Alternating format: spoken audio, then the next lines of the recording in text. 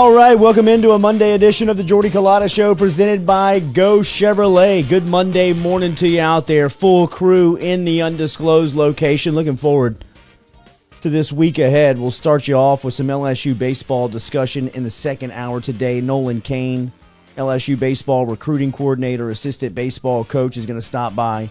Coming up at 8 o'clock this morning at 8:15, we'll talk to Stingley Sr.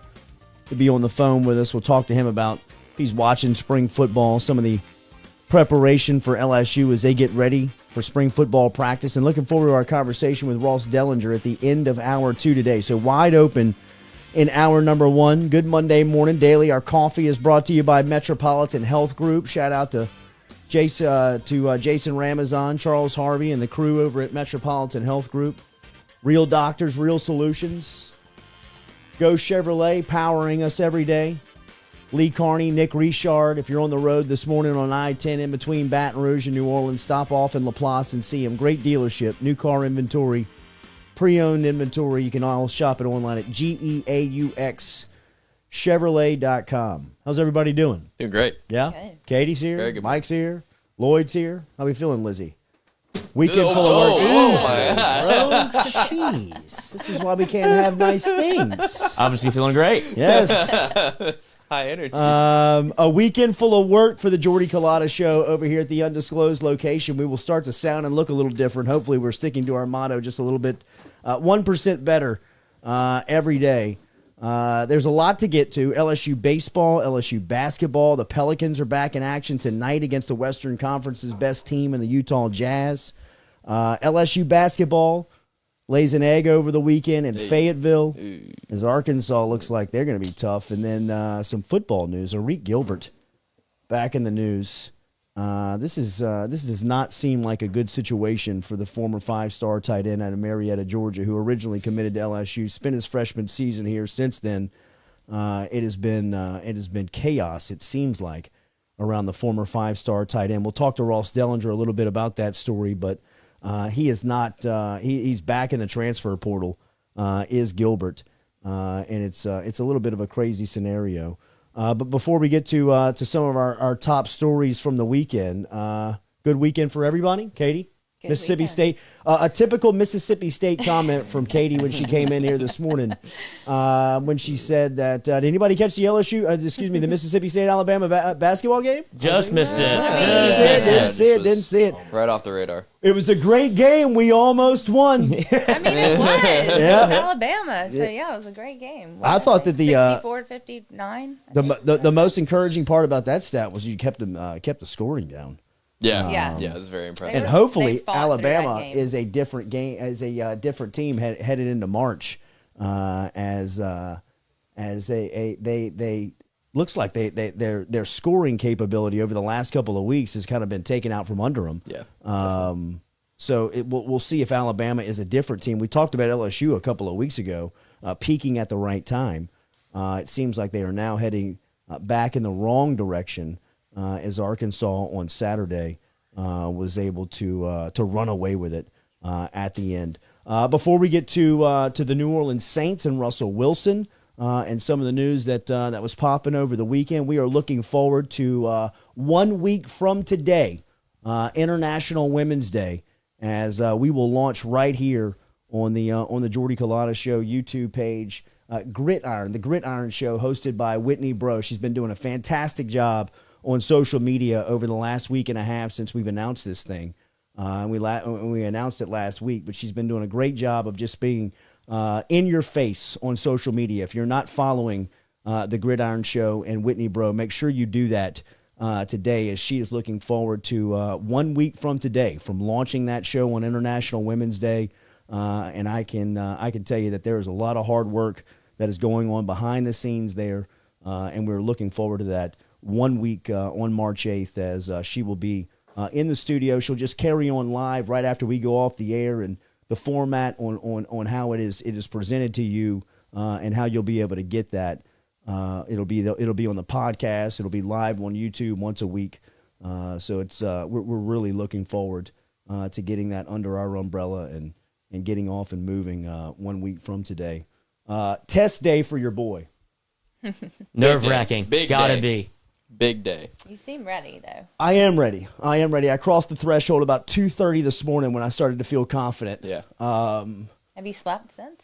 Not a lot. Yeah. Not a lot. I'm a little sped up. And, You're very, welcome. very retro. Thank you, Lizzie. I knew it. Yes.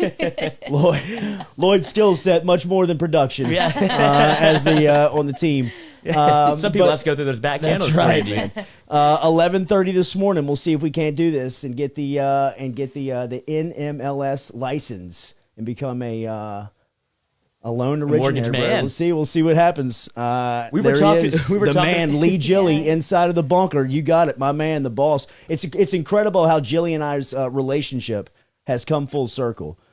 We are absolute enemies on the youth fields around Baton Rouge. I mean, like barking across the field, don't care who's watching, who's filming type relationship. To Gilly really throwing me a lifeline about a month and a half ago, and really looking forward to this project that I'm going into with him and Matt Lanassa over at Angel Oak Home, and today taking a big step towards that. So really looking forward to that. As yes, we will do a post-game test show this afternoon, Lizzie. A little recap. A little press Let conference. the people know. That's right. We do have our flag football practice this afternoon for Friday night's games, but we will get to it for sure. What point do you think you're just going to go down? It's a good question. I don't know what time I'll hit the wall. I don't feel like it's close right now. That's Yeah. good. I mean, like You're I feel chugging. like I got a long way to run right huffing and now. puffing. And don't feel afraid to power up before that test again. Don't you worry, Lizzie. Yeah, you don't wanna- you that's worry. not when you wanna crash. Don't you worry, buddy. Not my first rodeo here. But I can see the wall in the future. Oh, it's there. I definitely see yeah. it. I definitely see it. So there's a lot to get to. LSU baseball, I mean, pounded the ball over the weekend. K. Doty with a walk-off win. A great scene at the box for LSU baseball. We will get to that. Nolan Cain will be here. I'm looking forward to catching up with Coach Cain. I'm going to start in New Orleans. I'm going to start with the Russell Wilson, Drew Brees, New Orleans Saints, LaToya the Destroyer getting into the recruiting pitch as she was on Twitter last night over the weekend, giving her best recruiting pitch to both Russell Wilson and Sierra, telling Sierra she'll make her the queen of the Essence Festival, only if she doesn't pull the plug on it. So what watch festival yourself. was she talking about? Watch We haven't had a yourself, party in Sierra. New Orleans in about Watch 2 years. yourself, Sierra. Don't be listening to any promises from LaToya. But you should look at the body of work that Sean Payton, Drew Brees, and the New Orleans Saints were able to put together over the last 15-year run. And I think if the Saints can pull off Russell Wilson, and I read some great encouraging news from a friend of mine, Nick Underhill, who is the absolute best at covering the New Orleans Saints. I don't think it's debatable on who has the best information on the New Orleans Saints. I always go back to that Alvin Kamara press conference after a game late in the season, and he was asked about something that was going on in the building. And Kamara said the only person who knows more about what's happening here is Nick, is Underhill, in a press conference, which was a great testimony for him. But was reading NewOrleans.football, and if you're not a subscriber, you need to be, over the weekend a little bit about Russell Wilson and the cap hit that would or would not play out if he was able to sign with New Orleans. And as Underhill points out, first off, Mickey Loomis and the front office for the New Orleans Saints, this is how they've made their money. Yeah. They're absolute wizards when it comes to moving around cash and being able to fit it under the cap. Right now, Wilson, the only money he has on the books for next season is a $19 million base salary. $5 million of that is a roster bonus, $22 million base salary with the $5 million roster bonus.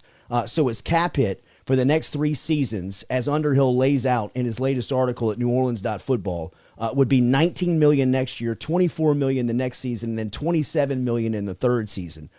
Lowering Wilson's 2021 number would be as simple as turning the $17 million into a signing bonus, which would leave about $7.5 million left on the cap in 2021. I'm not here to talk numbers. I'm not here to tell you how the contracts can work out as far as fitting under the cap. All I'm telling you is that it's feasible and that it can work. And that's all I need to hear from Sean Payton and Mickey Loomis's point of view, because I got to imagine that they see the Super Bowl window opening back up for at least another 7 years, maybe even a decade, if you're able to get the 32-year-old Russell Wilson into the New Orleans Saints facility this offseason. He's the best player in the league, arguably. At the midpoint this season, he was the MVP. He's been sacked more than any active quarterback playing right now. Think about the possibility of putting him behind the New Orleans Saints offensive line, which at times has been argued as the best in the league. Now, will you have to give up some of those former first-round picks in this trade? The demand right now on the table is 3 first-round picks for Russell Wilson. If I'm New Orleans, I'm shipping those things out of here as soon as you say it. Take it today. Absolutely. If you think about the last 5 first-round picks, and again, this from Nick Underhill's NewOrleans.football, who, if you're not following, you have to be if you're wanting to keep up with Saints news. He's got a podcast. You can follow him everywhere. He's got a YouTube channel. But he points this out. Look back at New Orleans' recent first-round picks. Cesar Ruiz, Marcus Davenport, which you gave up 2 picks for, the 2018 and the 2019 first-round pick. Marshawn Lattimore, Ryan Ramczyk, Sheldon Rankins, Andrus Peat. There's one player on that list that I'm not moving. Ramczyk. Everybody else is up. You can have them. And I'll give you future first-round picks as well. If Russell Wilson is in the discussion for joining the New Orleans Saints today, pair him with Sean Payton a year after they've missed the Super Bowl 3 times by the skin of their teeth. Right? I mean, at some point over the last 3-year run, they either felt like the odds-on NFC favorite or they felt like they were going to kick down the door in the playoffs or were going to be the 1 seed. Take Russell Wilson at 31 and now plant him back into the program with everybody else around him. Kamara, Thomas, the offensive lineman, Sean Payton. Saints are right back at the front of the line. Super Bowl contenders. I saw the Drew Brees video that came out over the weekend in Maui with Todd Durkin, his trainer. I saw Brees pushing the weights up and down the street, and I heard Durkin yelling, "He's never done this before. He's never done this before. God. He's never done this before. What are you doing, Drew?" It felt very fake. Movie montages. Durkin's acting, not the workout that was happening. He's doing the work on live video. But I'll say it here, man. Thank you, Drew. Thank you very much for the football that you've given the city, for the goodwill, for everything that you've done for the region, for the state, for the franchise. Will never be forgotten. But it's over. It's over. And if I'm the Saints, and if I'm seeing those workout videos, I got to imagine the communication between the Saints front office and Brees are much more clear than what it is in the public. I think him taking the salary cut, the contract cut 2 weeks ago, lowering down to the veteran minimum of $1 million, tips his hand. I think everything points in the direction of him not coming back. But all this stuff that's happening over the weekend, the workouts, having people second guess, what's he going to do? Is he coming back? Is he going to play anymore? He's 40. He's got the NBC contract. He's going to call Notre Dame games next season, right? Yes, go do that. Make the announcement. I also get that you've been doing this for 21 years, man, at a professional level. 20 years at a professional level. Been playing this game for probably close to 30 years. And the thought of not doing that next season is probably scary to a little bit of a degree, just because of change, right? I mean, we all hate change to some point. Getting up, doing the same thing every single day for the last 20 years and having that come to a stop is going to have some sense of shock value to it. But what better athlete, who better do we know that we've seen kind of bud in front of the public like Drew Brees over the last 15 seasons in New Orleans is ready for life after football like this guy is. I mean, he's got more investments. He's got the NBC contract set up gives him a platform to stay relevant. You'll be able to see his face, hear his voice, look at the products that he's promoting for at least another decade, you would think. It's over, man. I mean, I don't need all this back and forth. I don't need the is he going to come back or not? It's over for me, man. I don't think that the New Orleans Saints can win a Super Bowl with Drew Brees as their quarterback. They have given him the best roster in football around him the last 2 seasons. 3 years, really.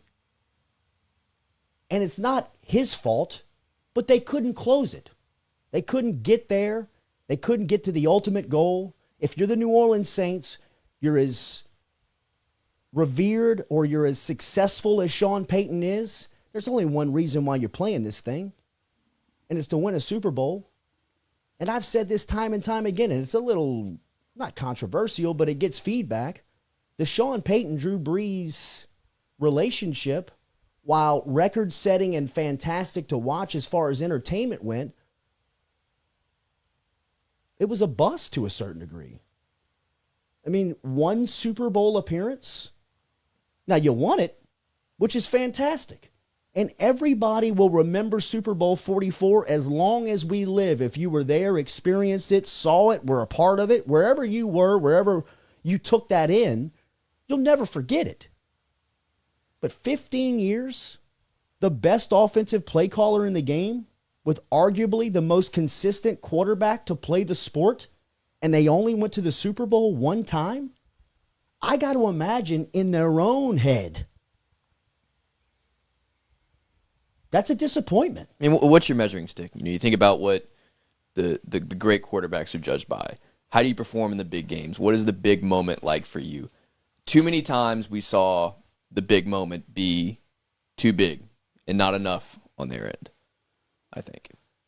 I don't know if it's too big, right? Because I think once you get to that level, the stage is enormous, right? I mean, and once you get to a rate of success like Brees and Peyton have experienced at the NFL level, where they were both titled and thought to be by their peers as the best of what they do.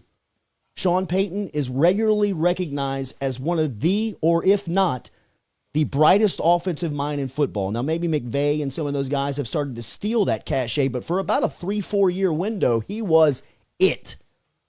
And it was because of the production that they were showing on offense and how he was getting the best out of his quarterback week in, week out. Whether it was scheming guys open and the yardage that he was producing, or if it was just protecting him, where he just rarely got hit. That is Peyton putting together offensive blocking strategies to make sure that this thing fits his personnel. He's a genius. And it's just beautiful football to watch. I mean, it's just beautiful to see him come through and be protected like that. It's just the way the game's meant to be played in that regard. Think of Russell Wilson behind that offensive line.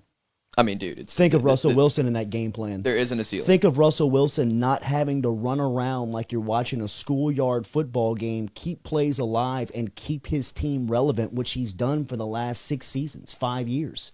Since the Legion of Boom has broke up and they've changed their model where Russell Wilson's becoming the face of that franchise, he's had to do everything by himself, and he's had to be there every Sunday by nearly getting killed.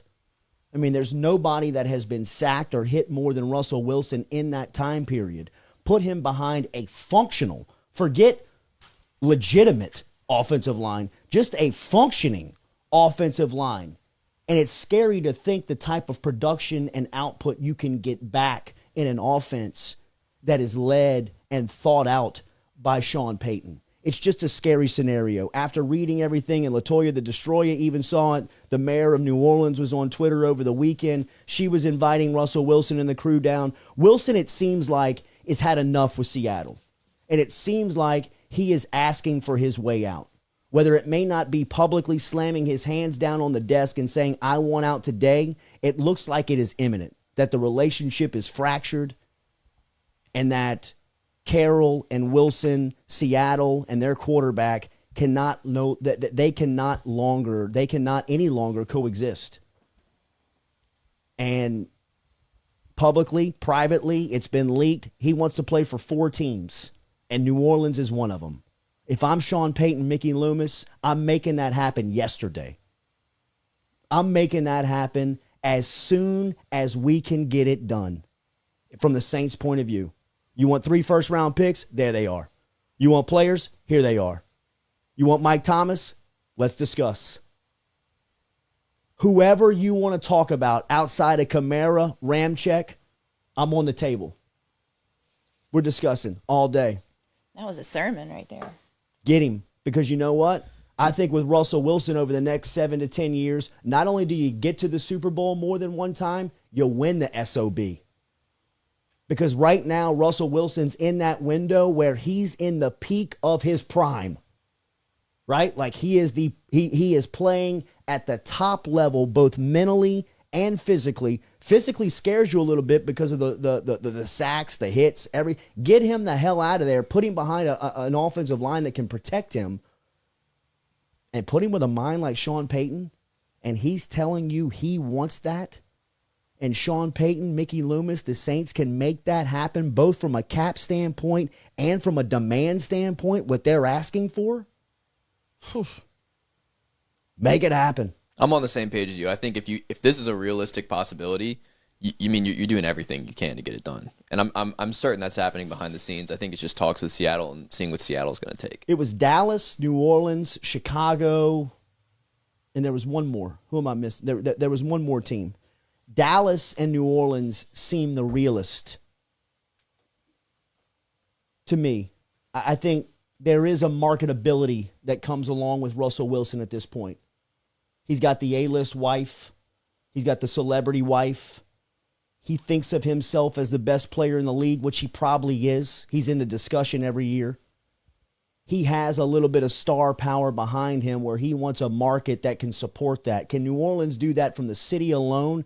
Probably not on the sales pitch, but they have enough examples to show you that they have the support and they have the love in this region that can support that type of lifestyle. It looks like Dallas would be the overall winner if it was just about the entertainment value, the star on the side of the helmet, playing big, going to big, Jerry Jones, Sierra, all that stuff. And speaking of that too, like Vegas is the other one. Las Vegas, the Raiders another. Was another one, and that scenario makes a little sense too, more from a football standpoint, right?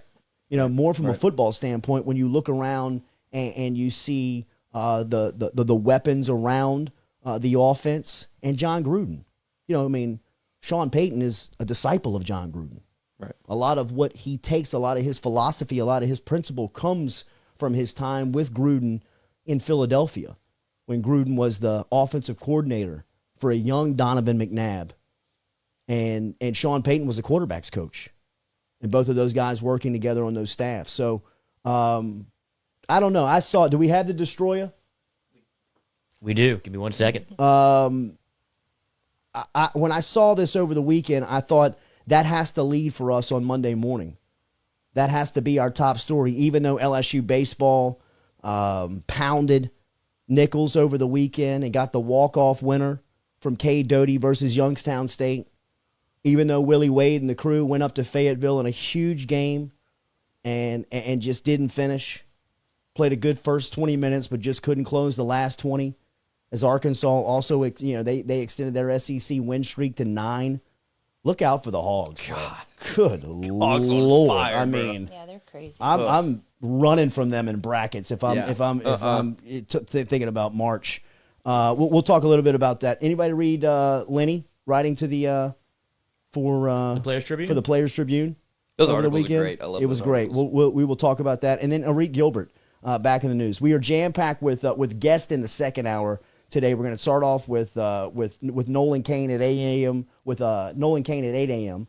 Derek Stingley Sr. at 8:15, and we'll talk to Ross Dellenger about some college football. But here is LaToya Cantrell, the mayor of New Orleans, the Destroyer, who is I saw over the weekend loosening up some of the social guidelines and restrictions down in the quarter and down in the city.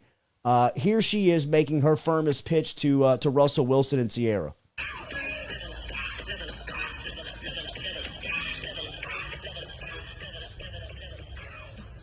I've heard the rumors now, and I want to make sure that you understand that the city of New Orleans is a place for you and your beautiful family. I'm LaToya Cantrell, mayor of the city of New Orleans, and I know, Mr. Wilson, that you will be a great addition to the New Orleans Saints. And more importantly, I can see us in that number winning that Super Bowl championship once again. And what else I can see? The Mrs. Sierra Wilson herself on that main stage during the historical Essence Festival. Just wanted to stop in to let you know that we not only admire you, we want you. Love you, man. Love Sierra. Love your beautiful family. The culture of the city of New Orleans awaits you. Classic Destroyer. Whoa. Little shout out to him, LaToya. Yeah, no.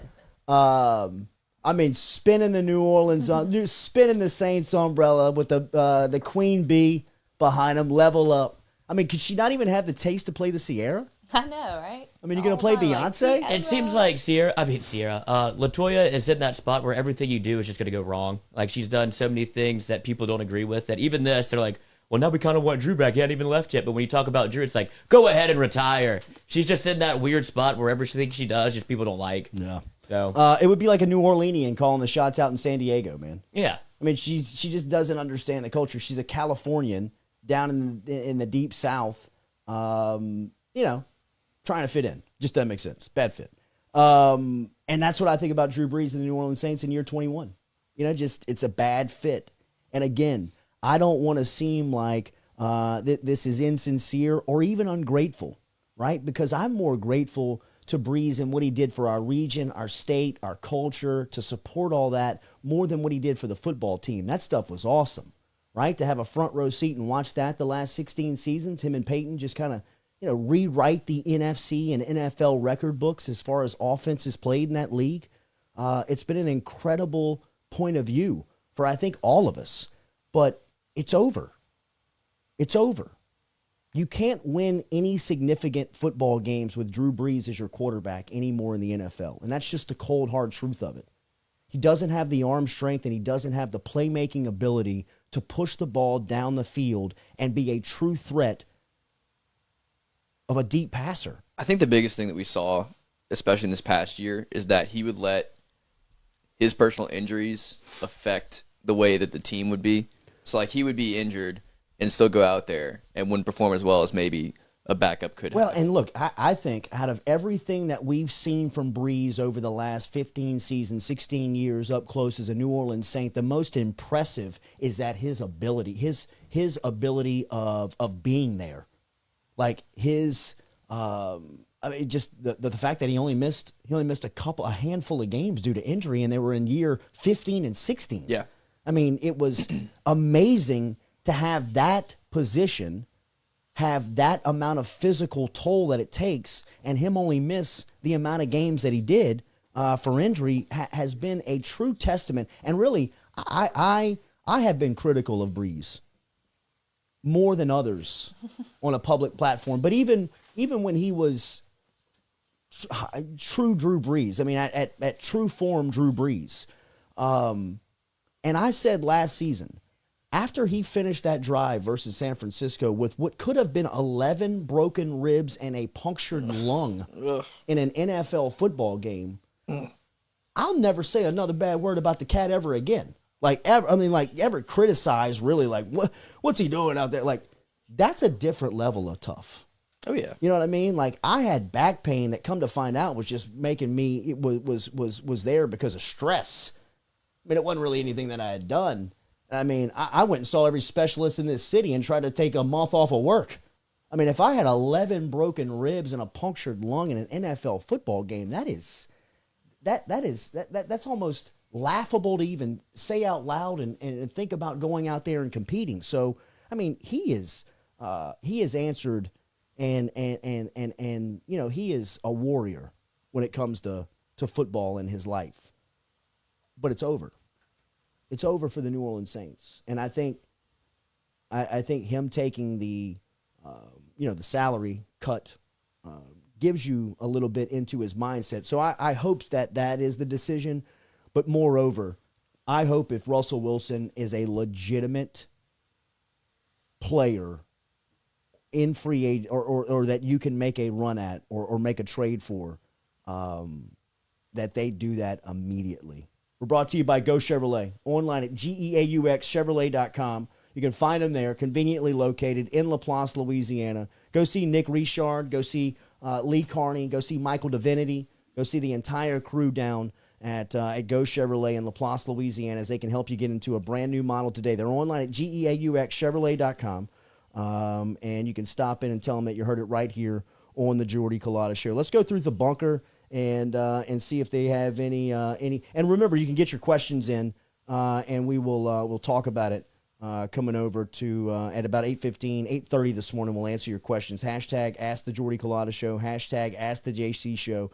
Matt Chauvin said also, I think y'all are overvaluing the offensive line in the past 2 years. They have not helped Drew at all in the playoffs. Fair.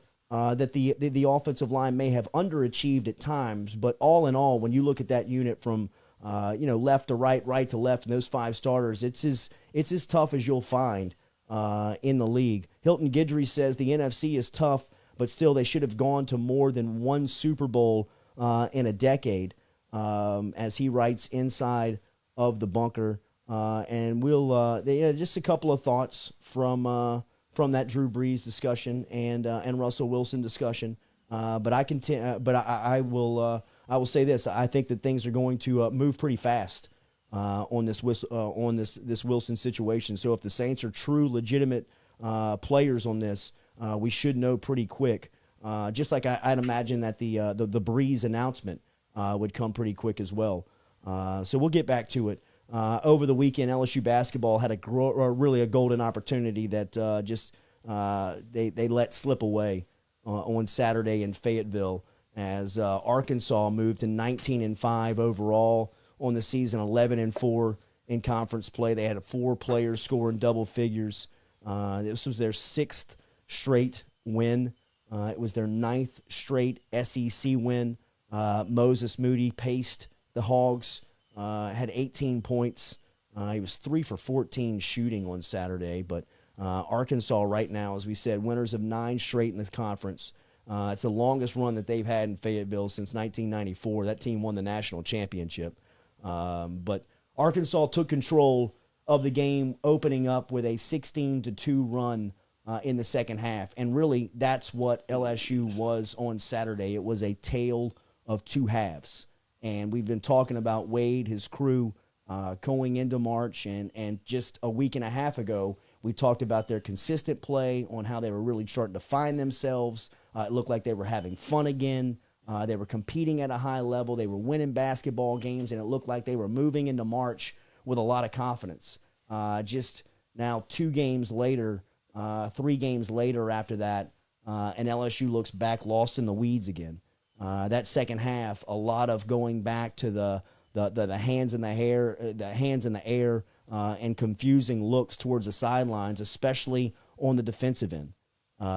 Tigers right now still projected as an NCAA team. On Saturday, that win would have practically clinched a berth for the Tigers, but still a top 4 seed in the SEC. But that gap is closing very, very fast in the conference. Meaning that LSU is going to have to they're going to have to get some work done with the Vanderbilt game coming up, and then the Missouri game that was rescheduled before the conference tournament. That Missouri game, obviously a quad 1 game that can give LSU an opportunity to make some noise in the tournament, but really an opportunity blown on Saturday, another one. And you could hear it in Wade's voice. Do we have any post-game sound from Wade? Nothing. But Lloyd and I were listening to a little bit of the post-game press conference this morning and over the weekend, and a lot of the same.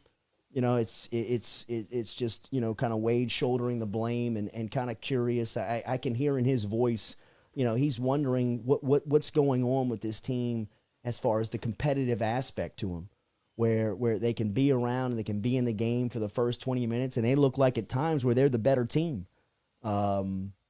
And then come out in the second half and just look lost and just look uninterested. They did look uninterested. I mean, it's weird.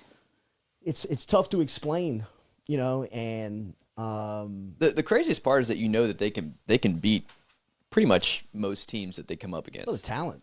I mean, we're just man on man. They can. I mean, the roster would tell you so that. what happens? It looks like they don't want to. It's up here. It's like they give up in the second half.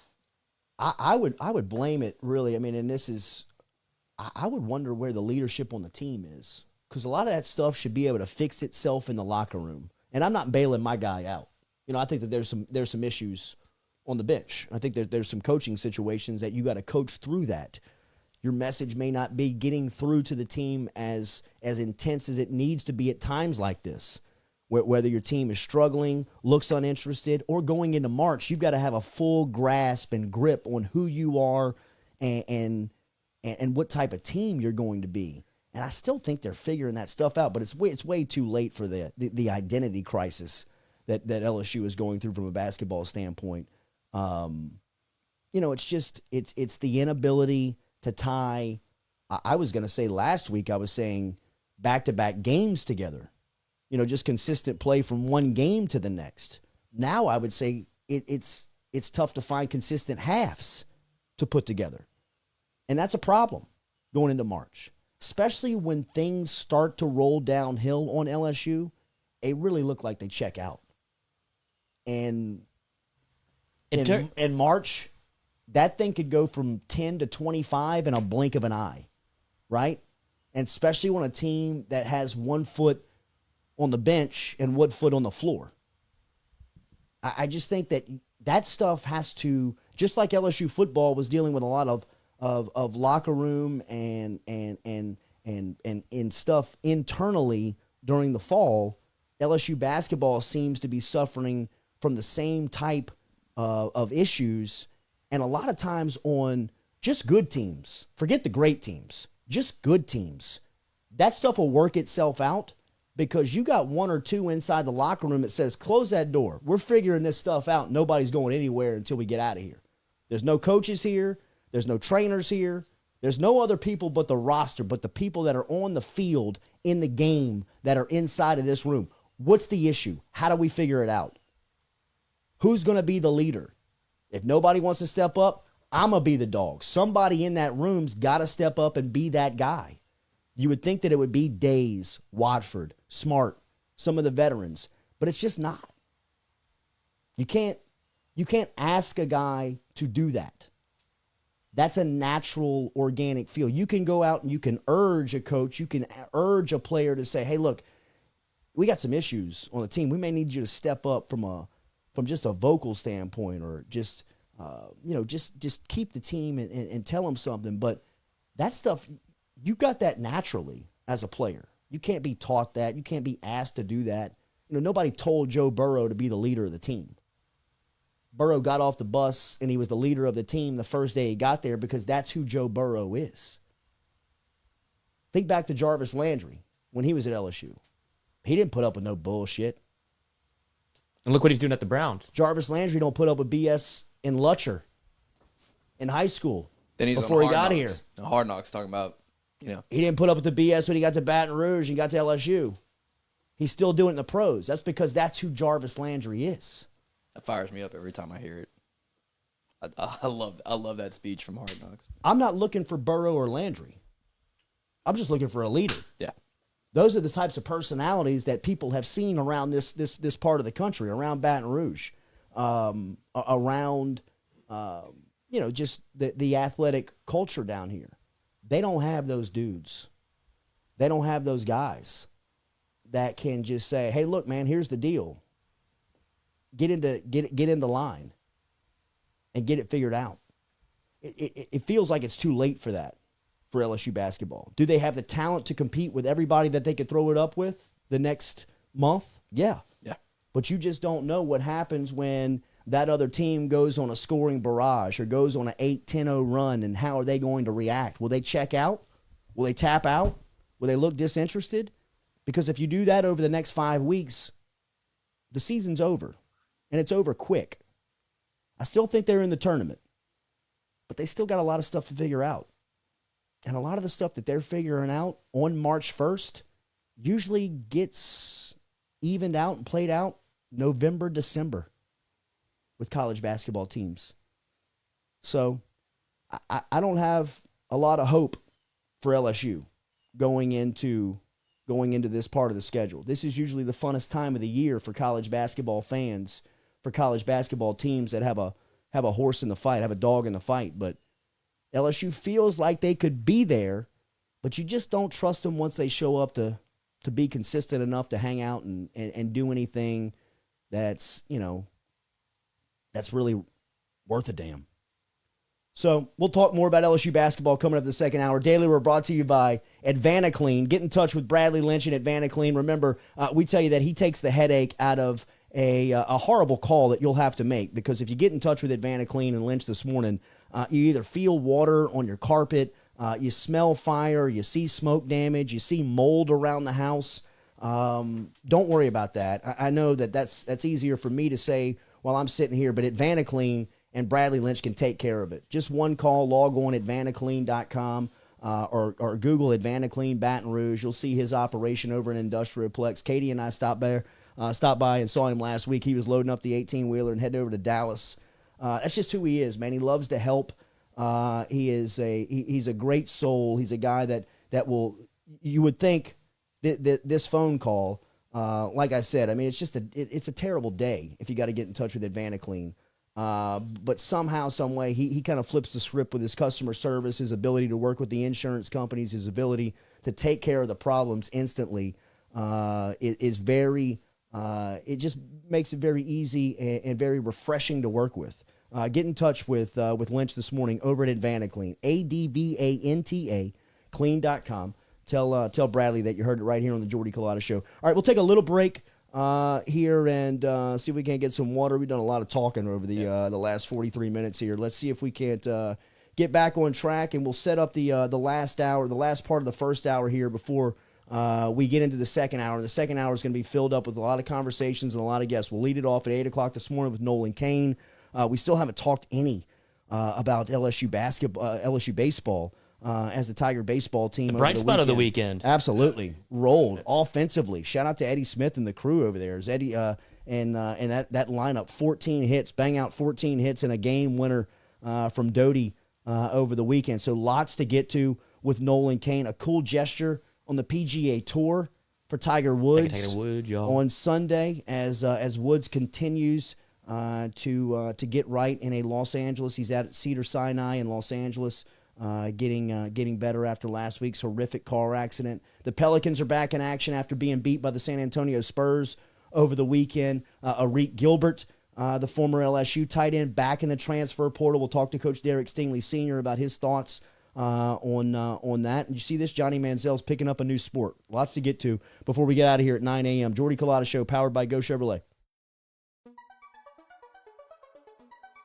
Hey, you know it's no secret what we got going over here at the Jordy Culotta Show. We're trying to disrupt how media and advertising moves forward. My friend of over 35 years, Barrett Blondo, is doing the same thing for real estate with his new company, Falaya. I met with him in his own personal undisclosed location, and I got to see firsthand what Falaya has been doing and what he's been working on. It blew my mind, man. They are putting all the tools once reserved for professionals right in the hands of the homeowner. It's basically for sale by owner on steroids. For more information, give my guy Barrett Blondo a call today at 225-939-6153 or visit him at Falaya. That's FALAYA.com for more info. Barrett Blondo over at Falaya.com. Changing the game in real estate.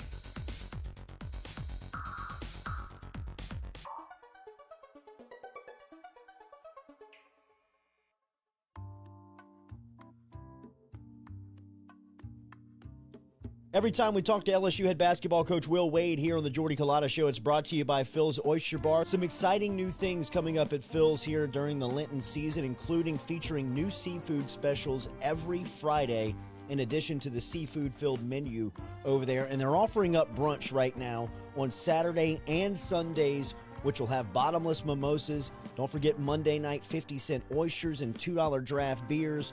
All over at Phil's Oyster Bar. Check them out. They're online at philsoysterbar.com, but they're located in the Southdown Shopping Center, a staple here in Baton Rouge for a long time. Go tell Anthony Piazza and the crew hello. Phil's Oyster Bar. Hey, if you're in the market for a custom home, get in touch with our friend Rhett Bourgeois over at RMB Builders. They're online at rmb-builders, and Rhett can do just about anything you need. around the house. He can build you a new one. He can repair the one you're in. He can remodel. If you need commercial construction help, he's licensed for commercial as well. He can handle an office renovation, building maintenance. Check out everything. It's online at rmb-builders.com. He's on social media, Instagram and Facebook. You can find him at the handle at RMB Builders LLC. But the website is fantastic. Check him out, rmb-builders.com.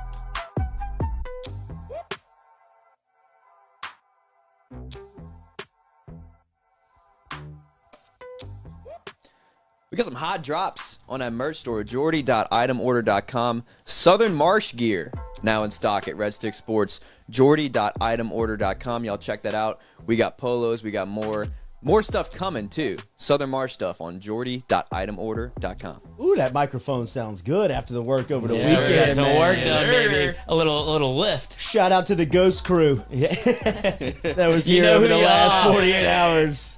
You know who you are. All right, good conversation. Appreciate you being inside the bunker.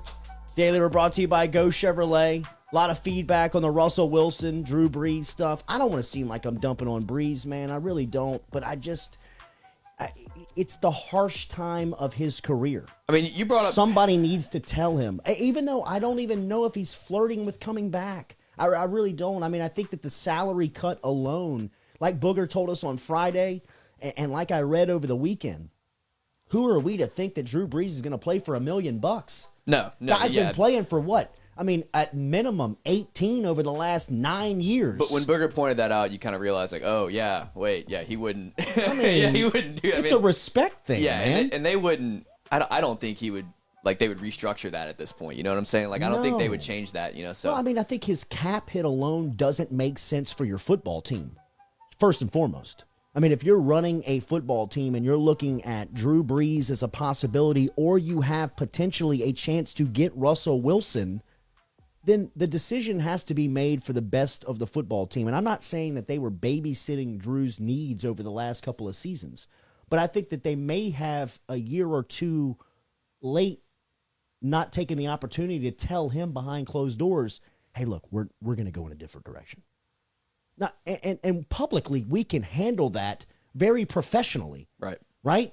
But it's their job to run a football team. And it is my opinion, and I think it's becoming very clear and evident that Drew Brees does not give you the best chance to win football games.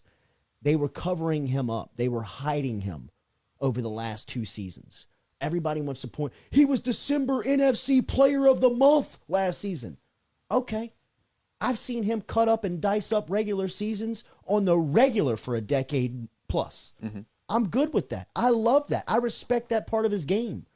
But when it gets down to it, when they're playing the game for what they say they're playing for, and the only reason why Peyton shows back up every year is because he wants the Lombardi. He's only got one. That's got to be that's got to be a disappointment to him. He's an alpha. He's Saban, he's Belichick, he's Ogeron. He's these guys that want the spotlight. They win. They're winners. I think even like to that point, if they would have gotten to, let's see, how many years has this era been going on? 15 years. 15. If they would have won 14 and missed one, he would have said that's a disappointment. That's just what winners think. Yeah. You know what I'm saying? I don't think it's a matter of just only getting that one. I do think behind closed doors, though, that there are some peers probably of his, whether it be, I don't even want to name the names, but I mean, we all know who he's close with, whether it's Gruden, Peterson, Andy Reid, these guys that have won on a high level. I got to imagine a lot of their conversations are about that stuff when it's them. You know what I mean? When it's Yeah. the rock stars in the room Right. talking about rock and roll, Right. they're all looking and saying, hey, man, this is what I accomplished. Like, they're not doing it to us. They're not appeasing us because we don't know we don't understand their conversation. Someone that I think really relates to that you brought up was Andy Reid. I mean, you talk about him being in Philadelphia, getting to the NFC Championship so many times, but not really ever getting to the top until last year or 2 years ago, I guess now. That's someone who can relate to that conversation I mean, a lot. he went to the Super Bowl with Philadelphia. That's when Belichick and Brady beat him. That's when Donovan McNabb was throwing up in the huddle, and Terrell Owens played on that. Broken leg. T.O. broke on a broken ankle. Yeah. 11, 12 catches he had that day. Ask the JC Show if you got questions. Get them inside of the bunker. We're racking up the questions here. Don't forget, 1 week from today, the Gridiron Show will launch here on the Jordy Culotta Show YouTube page on the Culotta Show Network. As we are looking forward to Whitney Bro. She will have the studio once we go off the air on Monday, March 8th, and she will be in here for her weekly podcast that we will launch, and it will be under the umbrella of all of our podcasts. So any way you catch the Jordy Culotta Show, you'll be able to catch the Gridiron Show. Make sure you're keeping up with all of her social media. She's all over the place. If you can't find her, just check out her own social media at Whitney Bro, and then you can piggyback onto the Gridiron Show as she's been posting on that very regularly over the past couple of days. Edward Jones brings you the Jordy Culotta Show. Remember, go see Daniel Newman out in Central today as he's over there across from Stabs in the Market Square Shopping Center out in Central Louisiana, representing Edward Jones. He's our financial advisor, and we went and saw him last week. Got more information on what's happening with our 401k, what's happening with our finances. He always tells us it's going to be easy, and it's always easy. We love going to see him out there in Central. It's easy to get in touch with him. You can email him this morning at daniel.newman at edwardjones.com. And when we were walking in, somebody from the plants was walking out. And somebody had gone in and sat down with Daniel and said that they had been working and ready to step away from the plant work life that they had experienced over the last 35 years, and brought him a very, very healthy 401k that Daniel understands inside and out, because as we tell you, if you're at Dow, Exxon, if you're out BASF, or any of the plants here around South Louisiana or in our listening area, Daniel Newman understands the finances of that inside and out. He can explain it to you. He can help you get prepared for life after work, whether it's with Social Security, 401k, any questions you have about your finances, get in touch with our guy, Daniel Newman, daniel.newman at edwardjones.com. Looking forward to catching up with Nolan Cain. Big Daddy Cain's going to be here at 8 o'clock this morning talking about this LSU baseball team that has gotten off to a tremendous start. I saw a tweet over the weekend from our friend Cody Worsham, who's been by here on the Jordy Culotta Show one time talking about some hoops and baseball. Put out a tweet over the weekend that I was like, wow, when I looked at it and kind of read it out loud, talking about the starting pitching for LSU and what they accomplished. As I had the tweet tagged inside of the docket, but have lost it here before I give you some of the stats there. But offensively, LSU baseball is crushing the ball right now. Through 7 games, the offense has blasted 15 home runs. That is the most through 7 games since 2009. Landon Marceau on Saturday fired a career best 10 strikeouts as LSU got a 14-0 win over Nichols. Earlier that day, in that Nichols game, LSU blasted 4 of those 15 home runs that we talked about. Bianco had one, Jordan Thompson had one, Dylan Cruz had another one, Brody Drost had another one. Dylan Cruz, bro. Bro, Like, how is he here? Why is he here? you have him for 2 more seasons. Oh Dude, my he might be the God. first player to opt out of college baseball. Could. Like, what am I doing? Why is he here? And then earlier that day, LSU gets a walk-off win from Cade Doty as the Tigers are now 6-1 on the season, have won 5 straight. They will be back in action as the Colonels are in the box, Skip Bertman Field tomorrow night. They don't want to be here still. That was that was a shellacking. And didn't you boys give a weather report that seems pretty wet and cold tomorrow? I'm out on baseball. Well, dude, I Out. bet you just got 10-run rule. And you're like, let's go out and play again in the rain and the snow. Out on baseball. Why can I not pull up this Cody Worsham tweet on the pitching over the weekend? Nikki, see if you can help me out on this. But it was, just like a what type of stat? Oh, there were tweet. 0 earned runs. That one. But just the numbers that went along with that, like just the strikeouts and the everything. Oh, that it went was into dominant from beginning to end. It really was. It really was. And I'm looking forward to talking to Coach Cain. I got it right here if you want it. Hit me. All right, Jaden Hill, AJ Labus, and Leda Marceau this weekend combined 17 innings pitched, 0 ERA, 20 Ks, and holding opponent batting average to 105. I love it, man. And we're talking about the offense. I mean, dude. We might have to get old Eddie back on here. On Monday morning, Eddie deserves a lot of credit. We're going to talk to Coach Cain about that because that has been a tough seat in Baton Rouge since Andy Canizero has left. Mm-hmm. I mean, really and truly. I'm trying to think of the last guy that got respect in that spot. Ochinko was here, who really did a good job.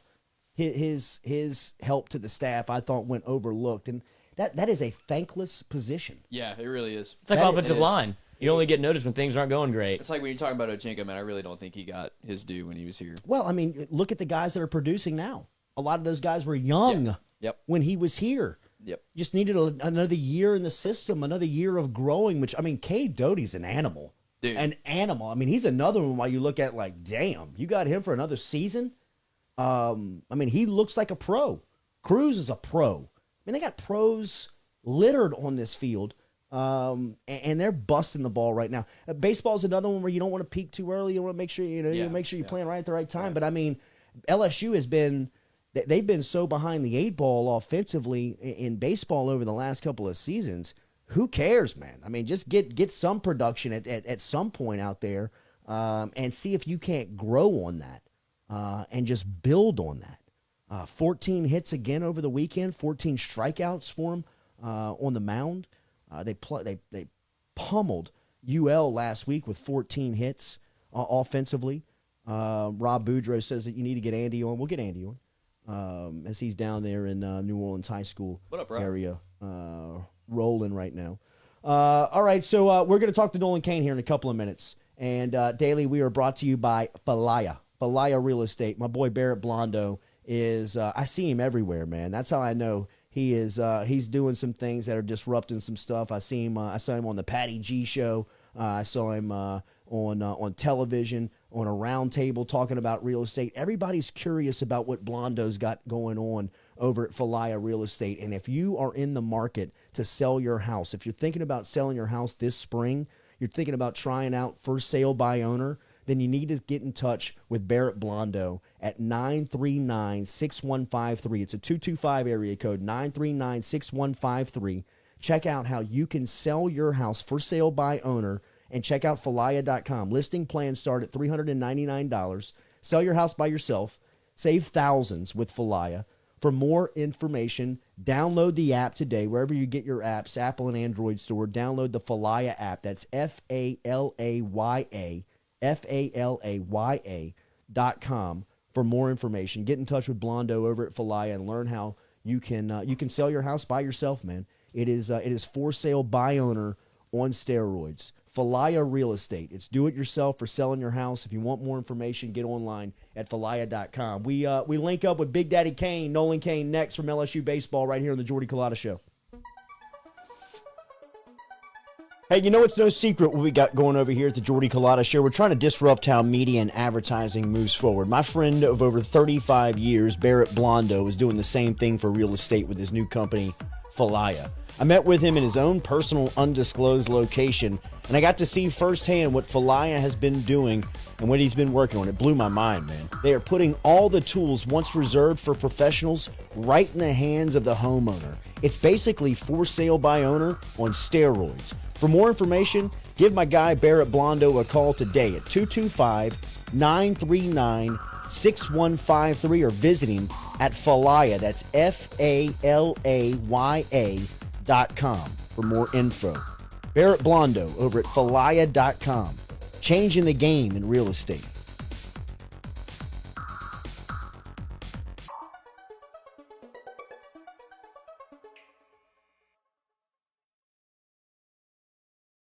Hey, if you're in the market for a custom home, get in touch with our friend Rhett Bourgeois over at RMB Builders. They're online at RMB-Builders. And Rhett can do just about anything you need around the house. He can build you a new one. He can repair the one you're in. He can remodel. If you need commercial construction help, he's licensed for commercial as well. He can handle an office renovation, building maintenance. Check out everything. It's online at rmb-builders.com. He's on social media, Instagram and Facebook. You can find him at the handle at RMB Builders LLC. But the website is fantastic. Check him out, rmb-builders.com. Do you want to sponsor the Jordy Culotta Show? Contact us at katie@jordyculottashow.com. That's katie@jordyculottashow.com.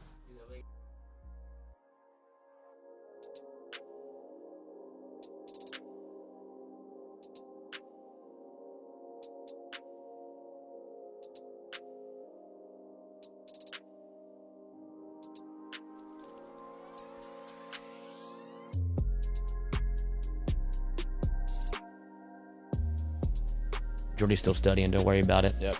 Putting in that work. 11:30 today. He's going to crush it.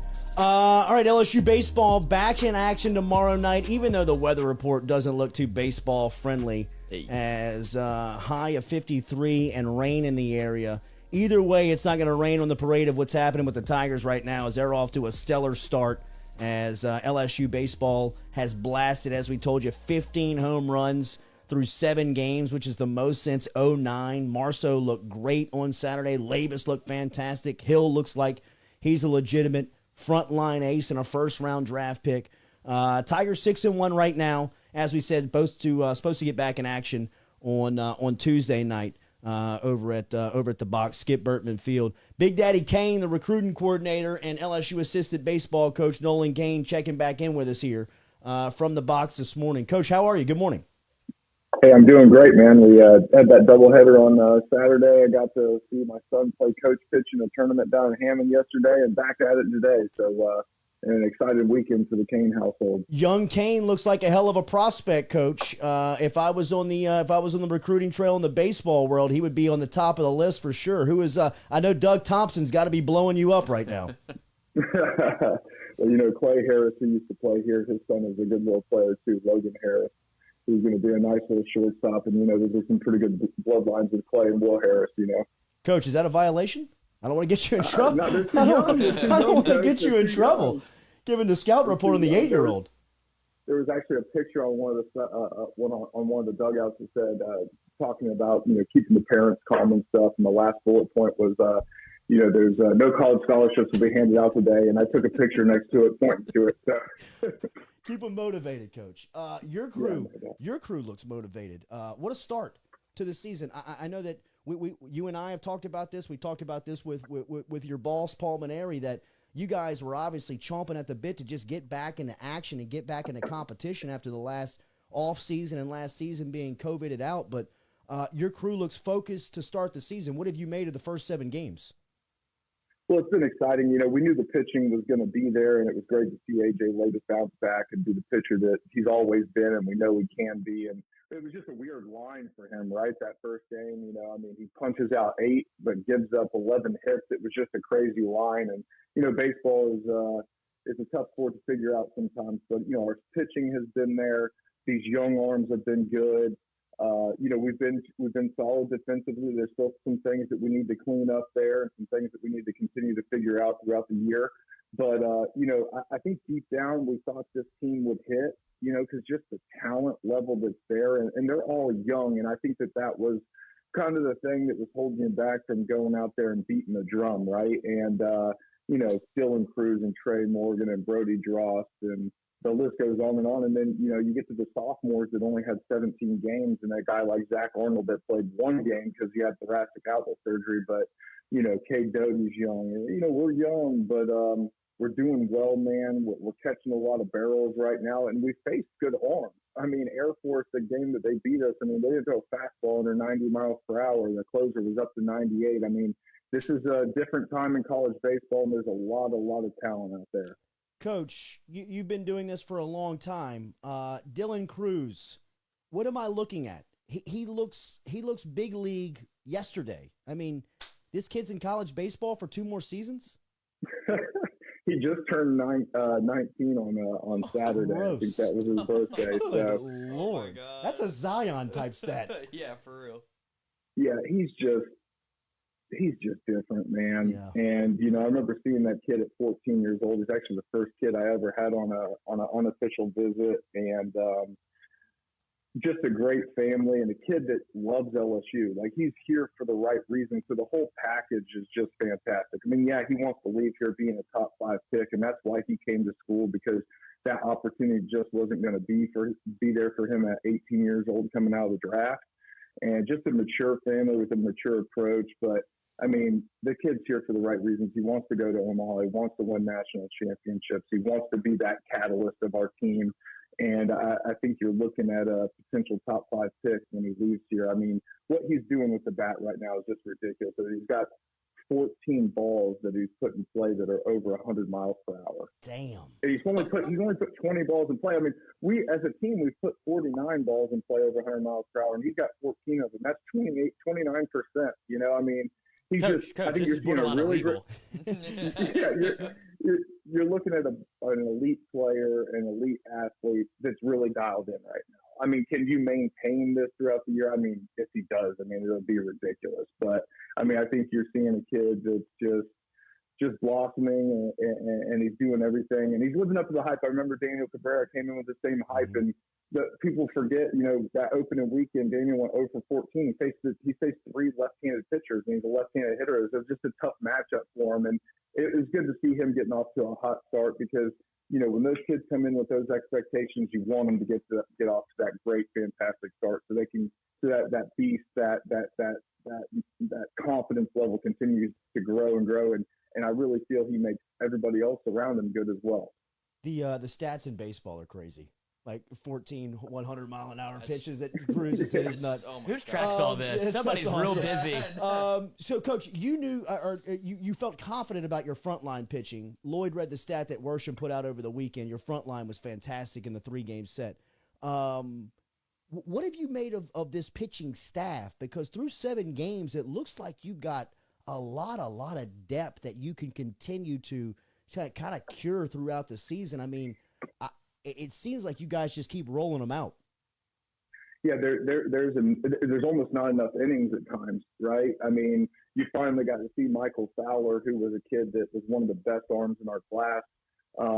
He got nicked up a little bit in high school towards the end of his career, but we've been slowly bringing him along, and he was able to close out the game and get him an inning, and he gets the double play to end the game, which was fantastic to see. And I mean, what about the job Alex Brady's done? A little left-handed pitcher, unheralded JUCO kid, but man, that kid's tough as nails, and he competes at a very high level. He's got a little craziness in him. You see him on that mound, and it's just he's got a little different look in his eye, and everybody's going to start filling and falling into these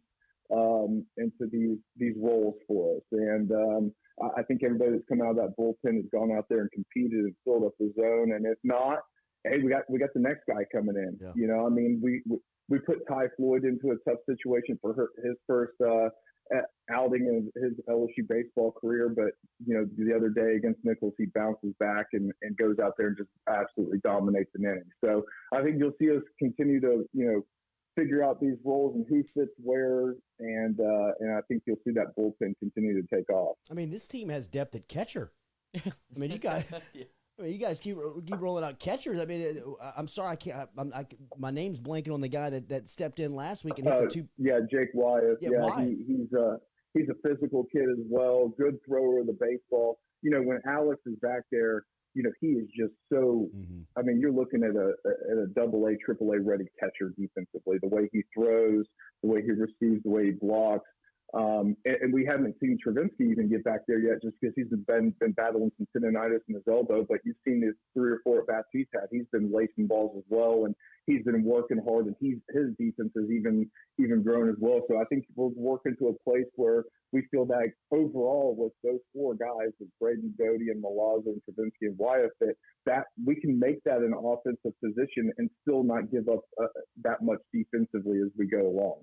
Trey Morgan seems like a very energetic player that you guys can get a spark from on both offense and defense. What have you made of his first 7 games in college? Well, when we recruited that kid, we actually saw him.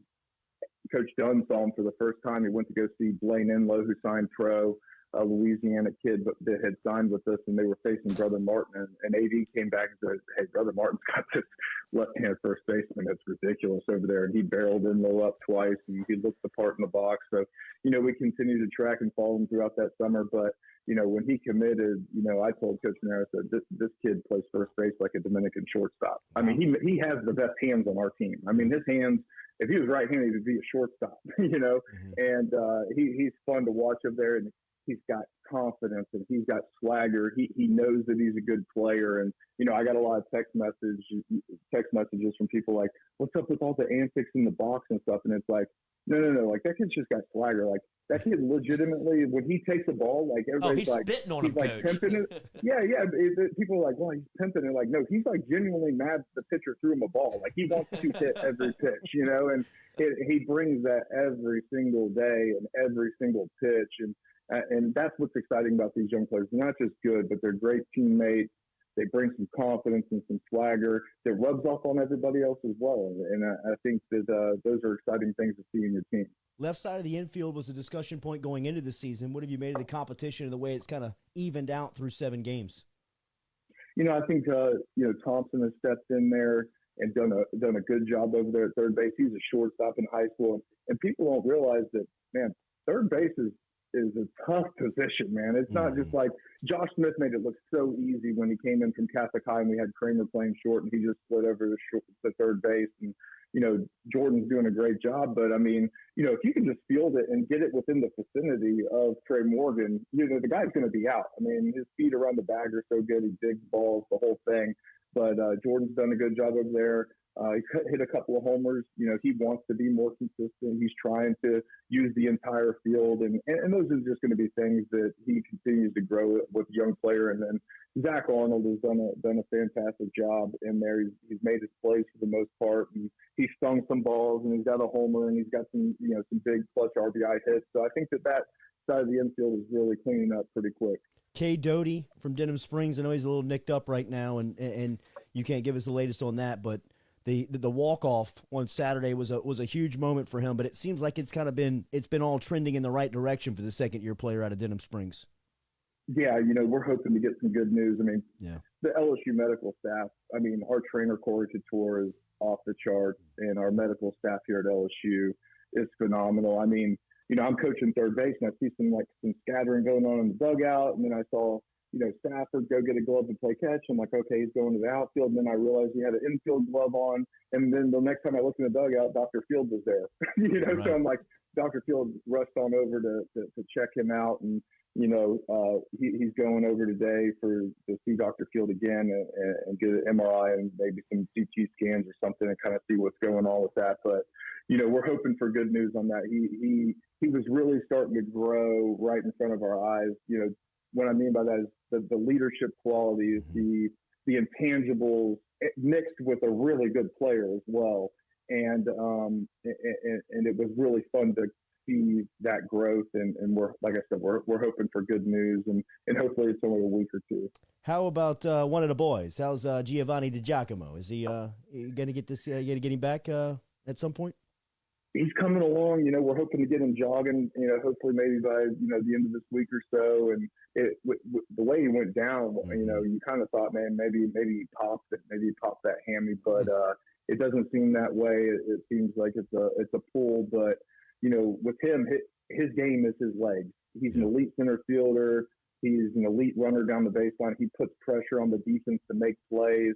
But, you were seeing what we were so excited about with him. He was swinging the bat early. He's swinging it good early, and that's what we had seen in the spring scrimmages. He was starting to hit for a little bit more power. He had that double, hitting the ball harder, using the entire field, swinging and missing less. So, we've got to get him back and get him going. But Brody Dross and Mitch Stanford, those guys have filled in pretty well out there in center field. And Brody Dross it's another one, like we talked about earlier, trying to get all these guys innings on the mound. And Brody Dross gets in there and laces a single, and Then you go to ULL, he hits a homer, and you're going, we got to, coaches, we got to find more bats for this guy. So, we stick him out in center field, and he's a good center fielder, but he's not Andrew Stevenson or Zach Watson. Those guys are burners, man. Yeah. But he's out there, he's making his plays, but his impact's going to be made in the batter's box, which is what he's done so far. I mean, he hit 500 this week. So. I know that all your attention is on Nichols tomorrow night, and you guys are scheduled to get back on the diamond at 6:30 on Tuesday versus Nichols. But have you had a chance to look at the league? I mean, you guys look great, but then I look around the SEC, and it feels like football season. Yeah, it's crazy, and everybody's kind of stumbled and stubbed their toes, has a loss or two, and I think you're just seeing what everybody knew was going to happen with this 5-round draft and kids getting years of eligibility back. I mean, college baseball's loaded right now, and the SEC is even more loaded. So when you come to the SEC, you got to take it one pitch at a time, one inning at a time. It sounds so cliche, but if you can go in there, you get that first win, and then you try to get that second win, because sweeps in this league are, they're few and far to come by in a normal year, but this year it's going to be, even more difficult. Good to see Bianco kind of finding his way, right? I mean, you guys got options, you got a ton of competition, you got dudes everywhere, but an off season that had some adversity for Drew Bianco. It looks like he's kind of figuring it out here in the spring. What have you made of the sophomore? Listen, Drew Bianco's always been a good player, and the one thing that you thought he was going to do from get was hit, because that's all you ever saw him do was hit. People don't realize going into a senior year, he played basketball in the fall and the early spring, and he came down, got fouled on a layup, and really jammed that wrist pretty badly. He had to go see a specialist out on the West Coast for his wrist. Didn't end up needing surgery, but this kid's a great baseball player. He's our best base runner. People with that body size, they don't think he's a great runner. He's one of the best runners on our team. He's a good defender. He's versatile. You saw what we had to do earlier in the year. We had to move him from shortstop out to center field. Yeah. And he has those abilities to do those things. And, now, hopefully this was a real, kind of a flag in the ground moment for him, hitting 2 homers in the game and being on the barrel, and against left-handed pitching, which could always be another really good option for us as well. You start facing some of the McLeod kids in Mississippi State and some of these other real good left-handed pitchers throughout the country. That might be a day where we want to stack our lineup with right-handed hitters, and Drew would obviously be at the top of that list with our right-handed hitters, maybe playing center field that day or playing shortstop, or however Coach Maneri wants to mix it up. But it gives us options, and really happy for that kid. He came back. He came back for the right reasons. He loves LSU. The family, obviously Mike coaches at Ole Miss, but the family loves LSU, and he does as well. And he wants to go to Omaha, and he wants to win a national championship. And, I think it's a player that you'll continue to see Coach Maneri try to find time for, Coach, when you go around and look at the lineup, have you ever felt like you've had a team with this many options just to plug and play anywhere you want? Not this versatile, and it was something that we worked on early in the fall, just with COVID. We were just so worried. What if we're getting on the bus and we get a call from our trainer saying, "Hey, these 4 guys aren't going, and now these 3 guys are quarantined as well." And we wanted to be as versatile as possible. So in the scrimmages and the defensive periods, we took a lot of time and to get guys work at different positions. And it's something that I feel is paying off for us, because we're getting to see, not just the defense, but we're getting to see, like, okay, let's take a game and play this guy in center field and see what this looks like. And I think our top 13 hitters are pretty talented players, man. And it's exciting to see. And, you're getting down to the point in the lineup where, the last couple of years, 18, 19, early on in 20, you get to 7, 8, and 9 hole, and it was just like, all right, you just felt like it was going to be tough to get something going. And now, we feel like 1 through 9 is pretty solid, no matter what that mixture and combination is that day. Big Daddy Cain, Nolan Cain, LSU assistant baseball coach, and a part of the architect of this LSU baseball squad, as he is the recruiting coordinator and has done a hell of a job of putting this roster together. Thank you as always for the time. We'll check back in with you soon, Coach. Keep it up. All right, guys. Y'all have a good day. Yes, sir. There's Nolan Cain checking in this morning from LSU baseball, as we will dive right into our next conversation here. as Coach Derek Stingley Sr. is a weekly here on Mondays that we love to talk to and get the latest from Coach Sting as LSU football getting set for spring practice just right around the corner. Remember, we're brought to you by Johnson and Spillers Dentistry. If you were looking for teeth cleaning options today, if you're looking for a dentist in Gonzales and in Baton Rouge with 2 locations, Baton Rouge located on Perkins Road in between Segan and Bluebonnet and out in Pepera Avenue in Gonzales, online at johnsonspillers.com, and great social media to hit on Facebook to keep up with what they have going on. Pediatric dentistry, and they can help you out with all the options that you need for your dentist needs today as well. Remember, our Valentine's Day giveaway was centered around Botox and teeth whitening, all offered up by Johnson and Spillers. We appreciate our partnership with Dr. Chad Spillers and Dr. Johnson over at Johnson and Spillers Dentistry. johnsonspillers.com is how you get in touch with them. Let's link back in back to the phone here as we can like the get ring with me it. too. Love the cold call. Me too. I do too. We got to tell our guests, yo, how we feeling, Coach? We're live. What's up, man? Not as- Okay, what's good? Not as much with Coach Sting as more people, because he always pretty much keeping it professional. But we do just like to tell you off the top rope that we are live for sure. How are you, man? Good weekend. Yeah, it was a great weekend. How you guys doing? We're doing good, Doing great, man. Doing good. It seems like we are inching closer to spring football here. Have you kept up with? We talk to Frank Wilson each week on Tuesdays on the Jordy Culotta show and kind of keeping up with his season. McNeese had a tough one on Saturday versus Internet Word as they lost their home opener, but a very emotional win in week 1 versus Tarleton State. Are you keeping up with any of this spring football? I am, especially with McNeese. There's a young player named Josh Matthews that went to the Dunham School, and he's pretty close with Derek. And I train his brother, and Josh is like a little son to me as well. So, yeah, I kept up with him, and it was unfortunate that they didn't perform well last week. But I'm all about McNeese and Southern. Absolutely, absolutely, me too. You think this format has a chance, Coach? I kind of like it. I'm kind of down with it. Well, the only thing that worries me about this type of format is what about the kids who only have this season to play, right? And then they need to get ready for the draft, or are they draft eligible?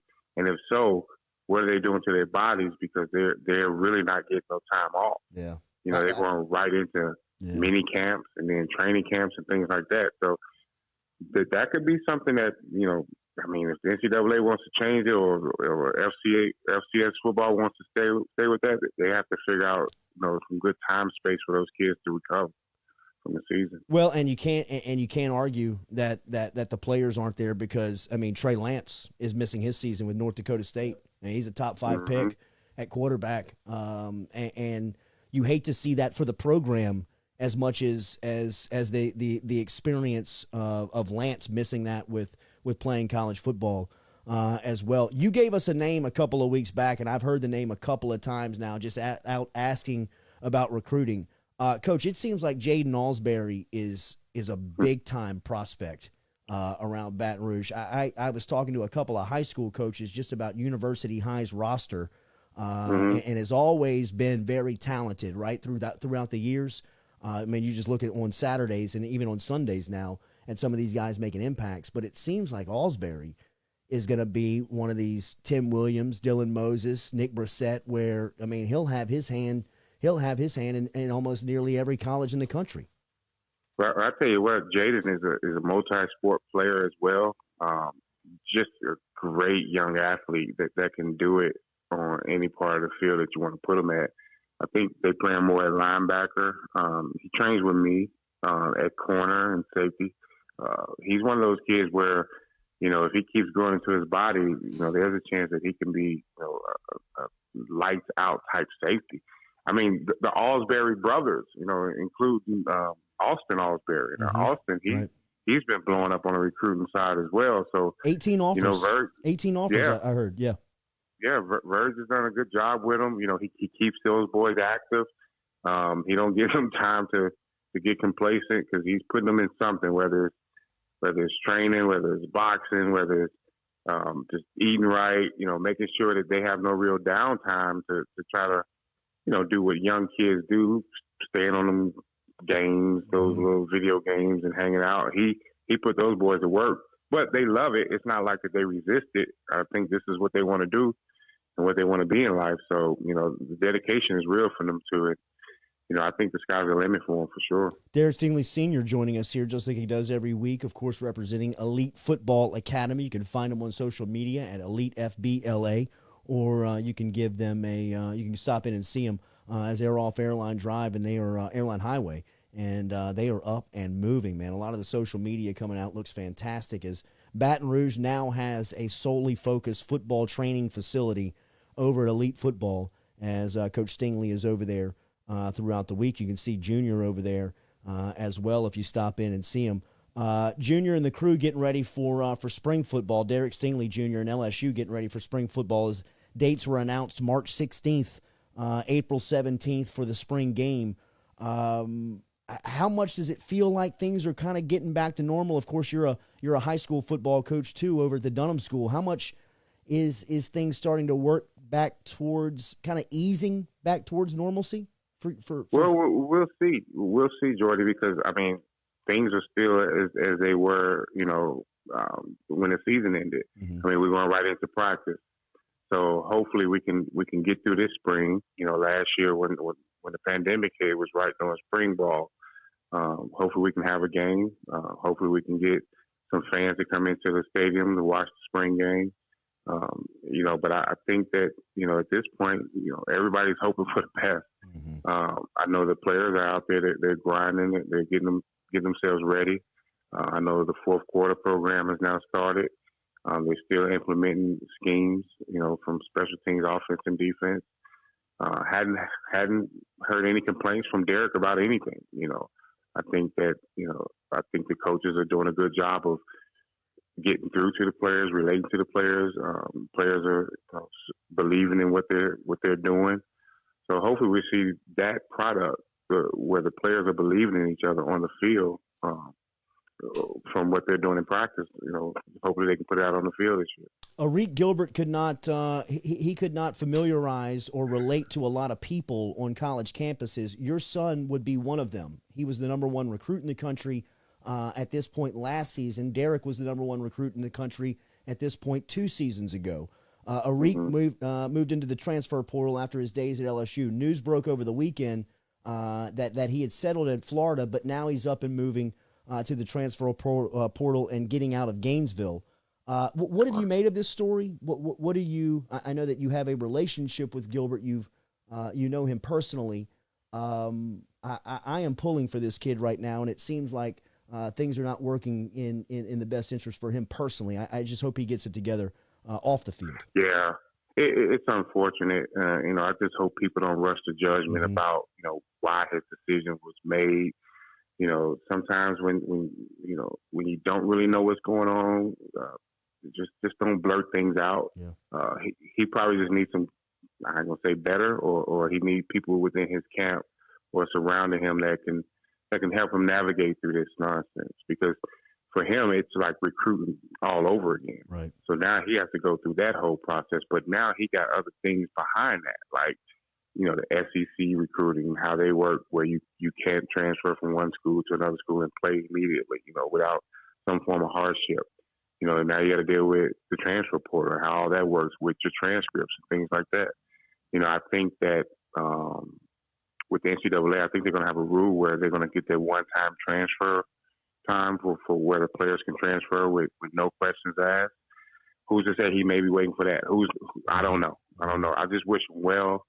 It's unfortunate. It's a lot of pressure on those kids, especially when they come in with so much, fanfare and all this ability and people talking them up, and then the expectations are so high.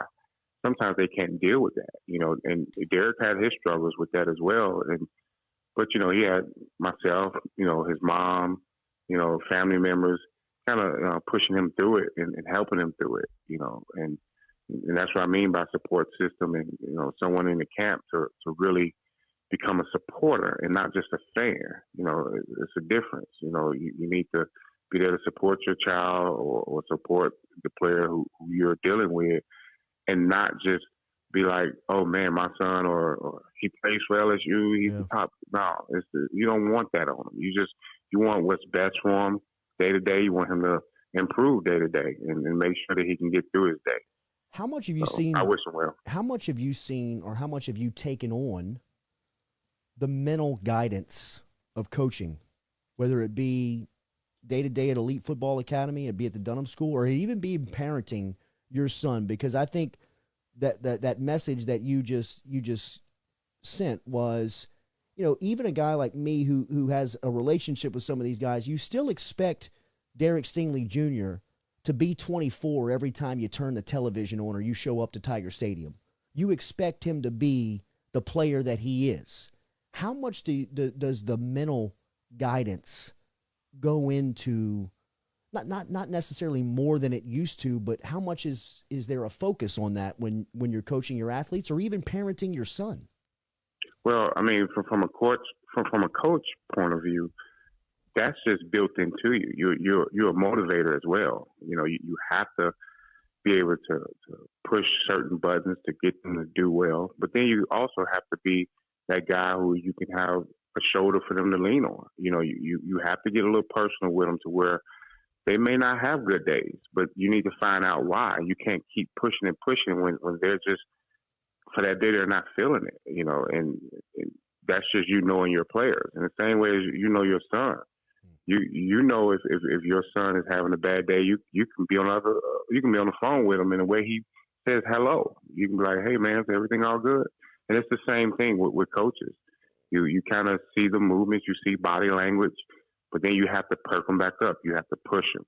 So you can still coach hard. Like me, I coach hard, but at the end of the practice or the end of the day, I make sure I put my arm around them and let them know that, hey, this is building you. This is building you as a player, building you as a young man, and it's going to build some form of character in you. So, you just can't assume that just because they're 5-star athletes or they're the best player on the team that they're going to always be that way. They're human. That's the one thing that I always say is they're not just entertainment. They're not just here for our entertainment. Right. Granted, they're great athletes and we expect the most from them, but give them a break sometimes. Absolutely. Understand that they're human. Yeah. So, and that's the part that, I wish that most people would really understand. But, this is what they do, and they're good at it. If it was easy, you'll have, I don't know how many people playing college and pro sports, but it's not. And we expect them to go out there and do what we think they could do. But at the same time, you have to give them a break sometimes.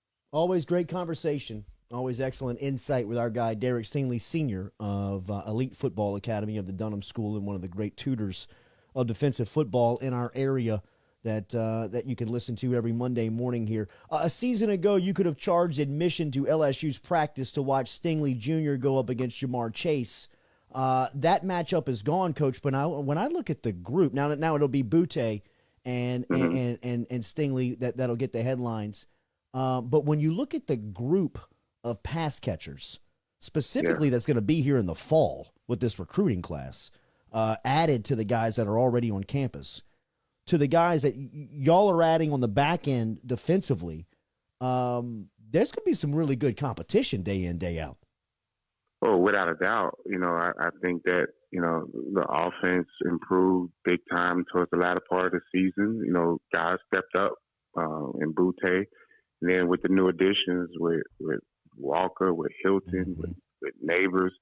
So you got all these guys coming in. But then at the same time, on the other side, you had guys like Jay Ward that stepped up. We know about Eli, Derek, and Cordell is still who he is. And then now you got Ray Darius. He's much stronger. And it's going to be some battles. And, I'm going to be at a few of those spring practices, so I'll be able to see it up close and personal. But, all that's going to do is just build better competition. It's going to make those guys better. And in my opinion, that's why you go to schools like LSU to get yourself involved in competitions like that. You don't want to go somewhere where you're just going to completely dominate your teammates, because now what is that going to do? How is that going to build you as a player to get ready for the next level? You want to be able to fight through some struggles and understand that this guy can do this well. Now, how do you combat that? What's your secondary move off of that to get yourself better?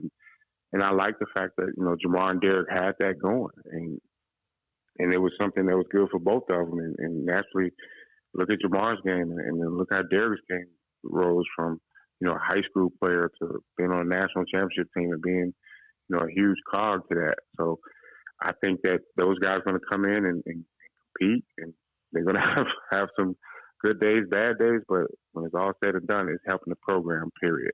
How is 2-4? How is his off season? He's good. I was just with him last night. He was doing some stretching and things over at Elite, just trying to get himself right. He's trying to do so much to just change some things up, and I think with him he has this laser focus and really trying to settle him down a little bit. Saying, look, you got so much that you're about to do in the next couple of weeks. Let's just loosen up a little bit. Let's just get some soft tissue muscles right, so that we won't have issues like what we had last year and things like that. So, he's good. He's ready to go. I think that he knows what's at stake. With him, it's all about production, and he knows that, he want to go out there and go out on the field and do what he's capable of doing. I believe he'll do that this year. Hell yeah. Derek Stingley Sr. here with us every Monday. We look forward to the conversation. Have a great week, Coach. We'll see you soon. Thanks, guys.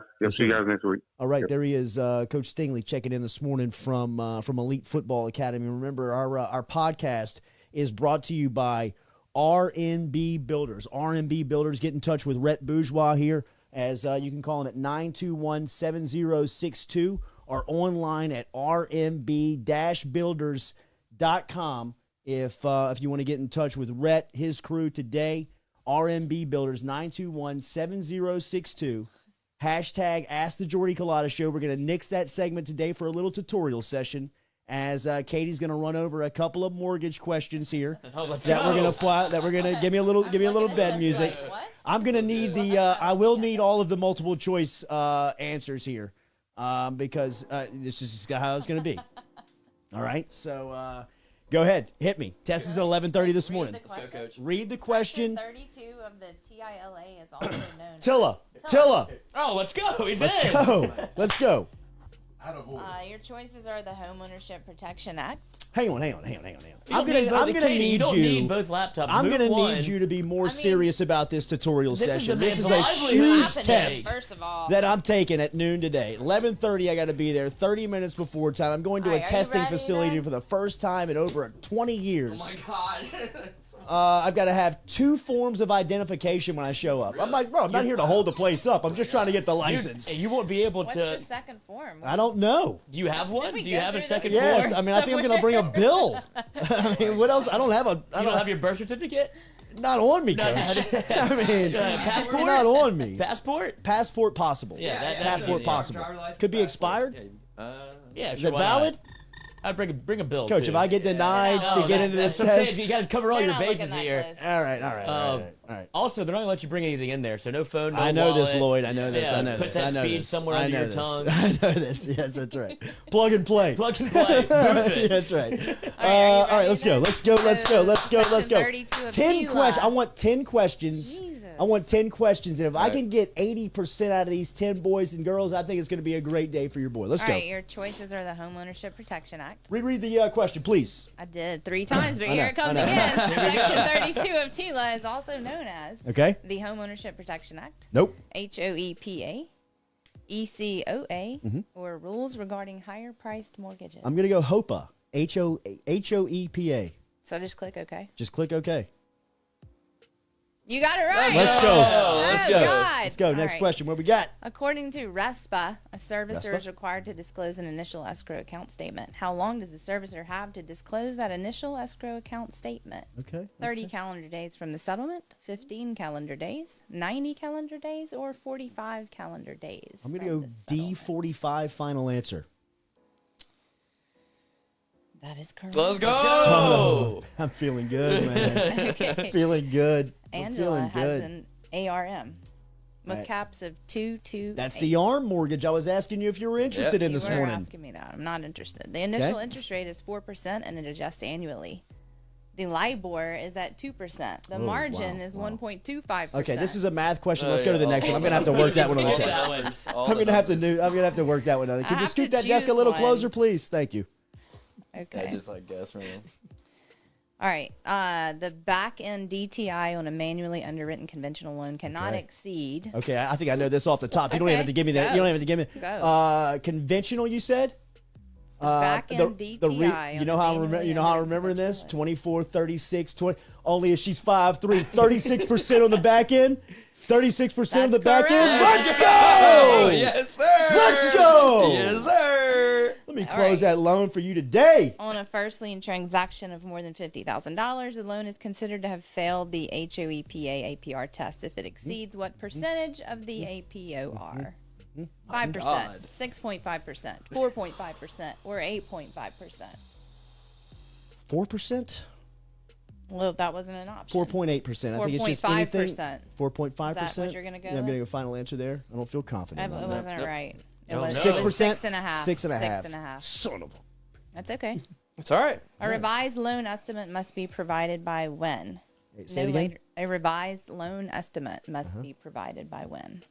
No later than 10 business days prior to closing. No later than 3 business days after the date of the changed circumstance.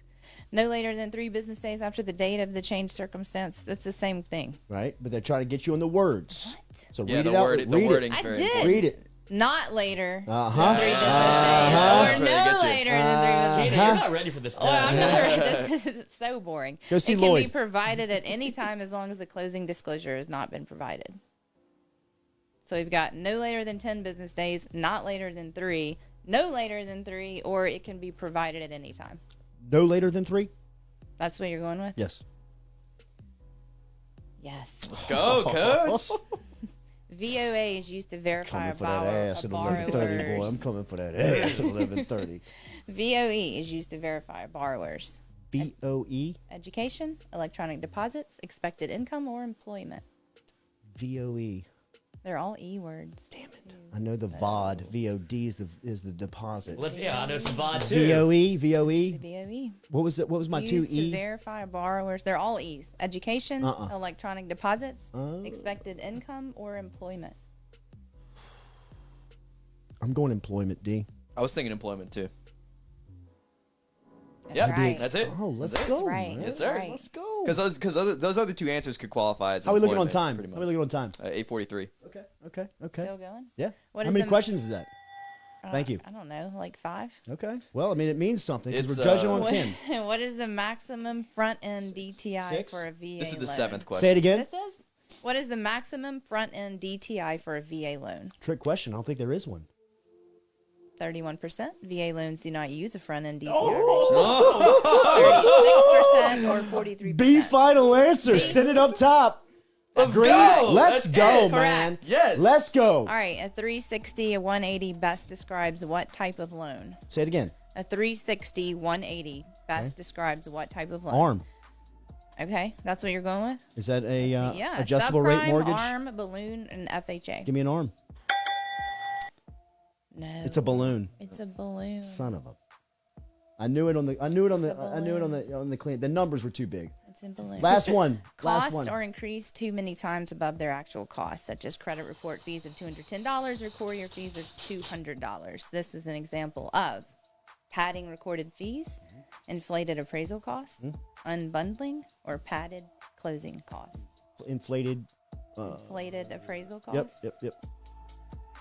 No, it's padding of closing costs. I was One pissed more, off one from that. I was more. pissed off. Oh, yeah, One you more. did. One more. You One got more. one One This more. will be 10. This will be 10. Hey, do it this This way. will What be is 10. it called when the That's all right. consumer becomes contractually obligated to the creditor on the loan? Titled, closing, consummation, or liable. Read it one more time. What is it called when the consumer becomes contractually obligated to the creditor Title. on the loan? Title. Title. Titled. You have to transfer titles. No. Oh.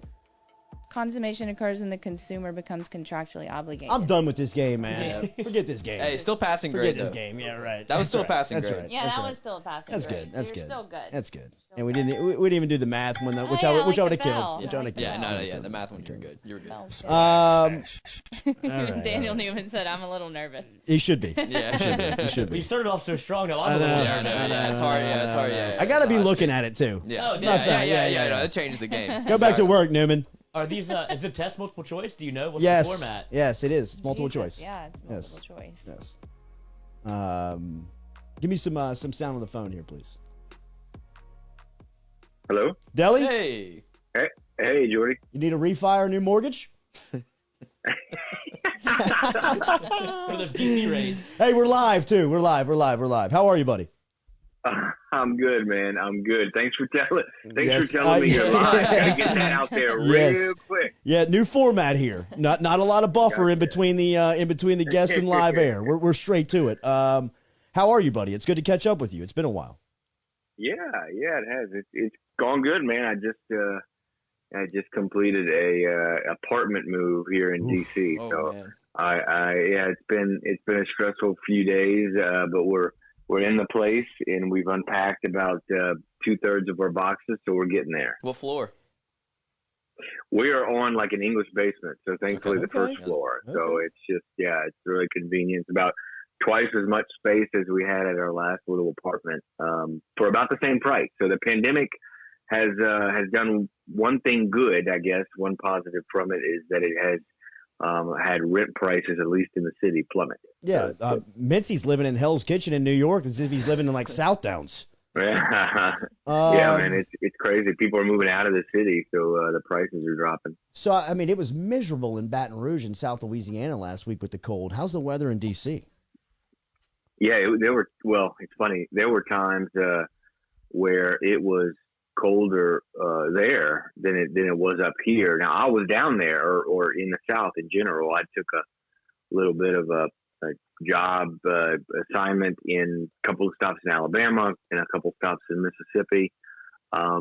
Just because of time and everything, I didn't get over to Louisiana on this trip. But while I was there is when that cold snap happened. So I brought my flip-flops and everything ready to go down south for a nice February where, temperatures are usually in the 60s and 70s during the day. And I was going to be able to maybe even go out in a boat with my family in Biloxi. And none of that, of course, happened because, it was colder there than it was in D.C. It was miserable here last week. You were down in Jackson for Deion Sanders' first game with Jackson State. You covered it. It's got a great write-up over at SI.com. And we're talking to Ross Dellenger here from Sports Illustrated, the face of college football.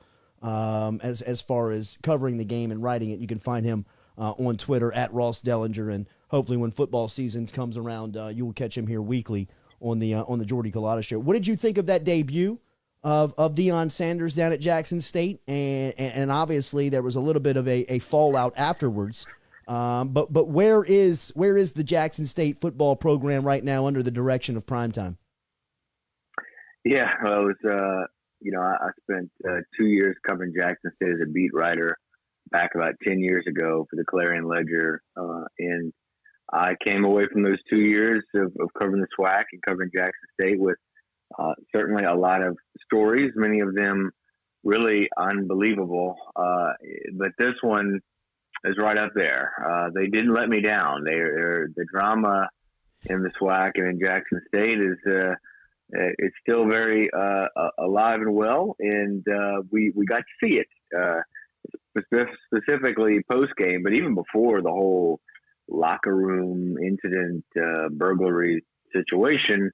It was a spectacle. The game was all about Deion Sanders, and Troy Aikman showed up in a stretch white limo, and the announcers welcomed Deion, and the pastor at one point in his opening prayer across the public address, speakers said for the Lord to bless Coach Prime in his future. And so it was, and he was dressed all, Deion was dressed all in red. He had a red hoodie on.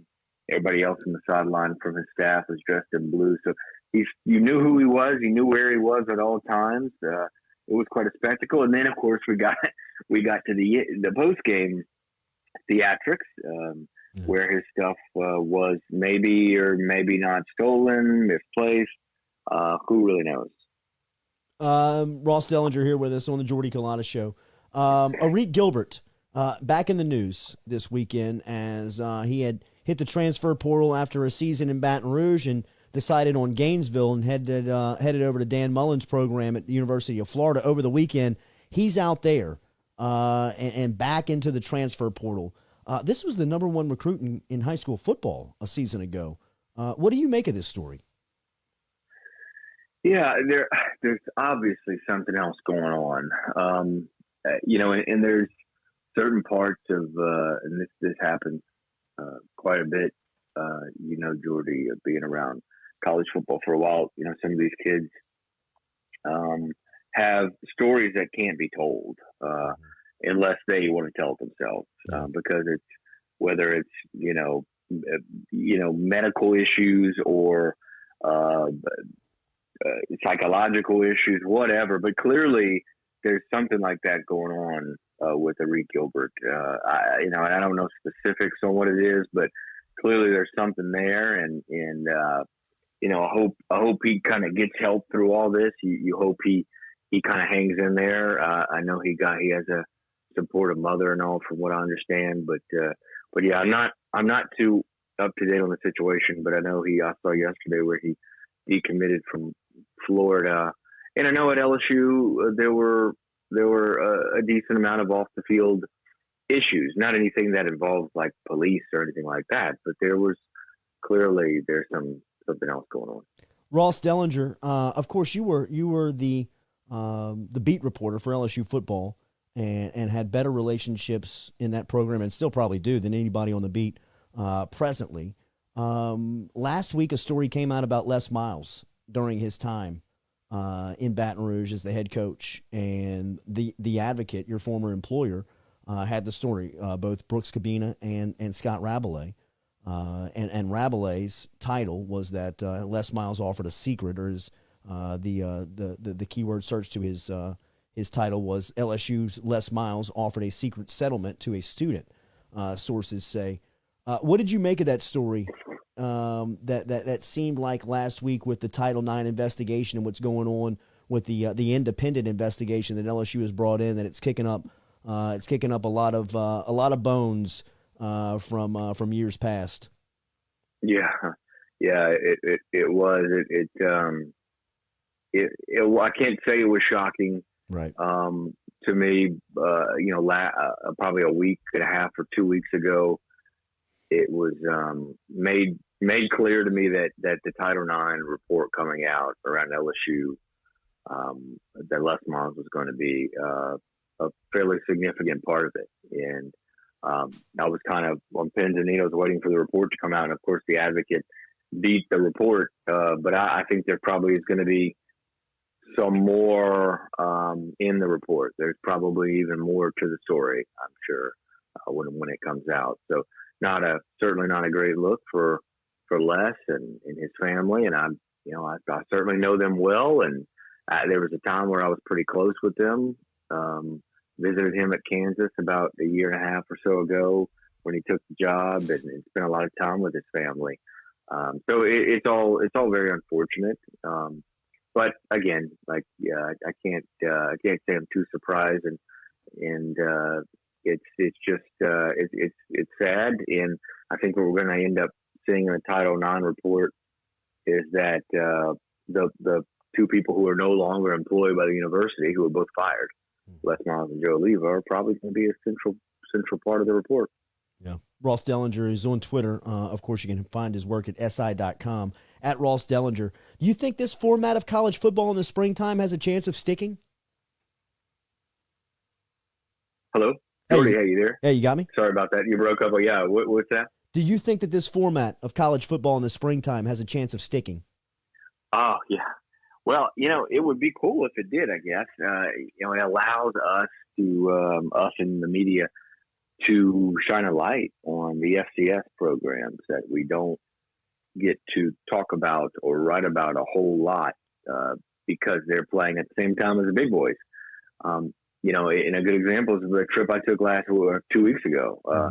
You know, I wrote embedded with Jacksonville State, and 2 weeks from today, we spent some time with them up in North Alabama. And then, of course, I rode the next week to Jackson State, as we discussed earlier. I mean, those things don't happen during a normal college football fall. So it would be great. It would be great if that were to stick. I don't think it will, and part of that is because I don't think people within, like the FCS, within the lower levels of college football, want it to stick. I don't think they're too gung-ho about, a lot of them, about playing in the spring. They want to play in the fall like it's kind of normal. They want to be normal. They want to be one of the FBS type programs. They want to do what they do. I mean, I know the guys at Jacksonville State are pretty angry that they're having to play in the spring.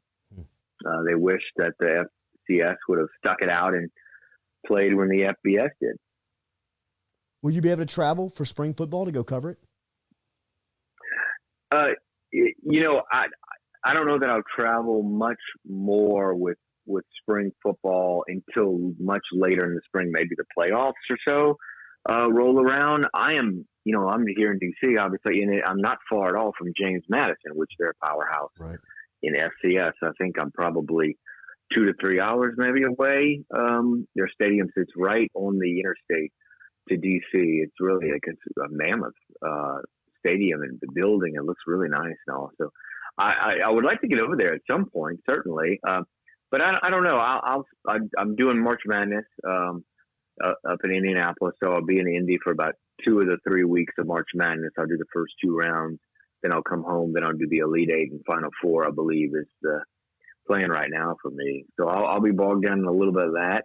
But after that, you know, starting in mid-April, late April, I'd hope to catch some games and maybe some playoff games. What is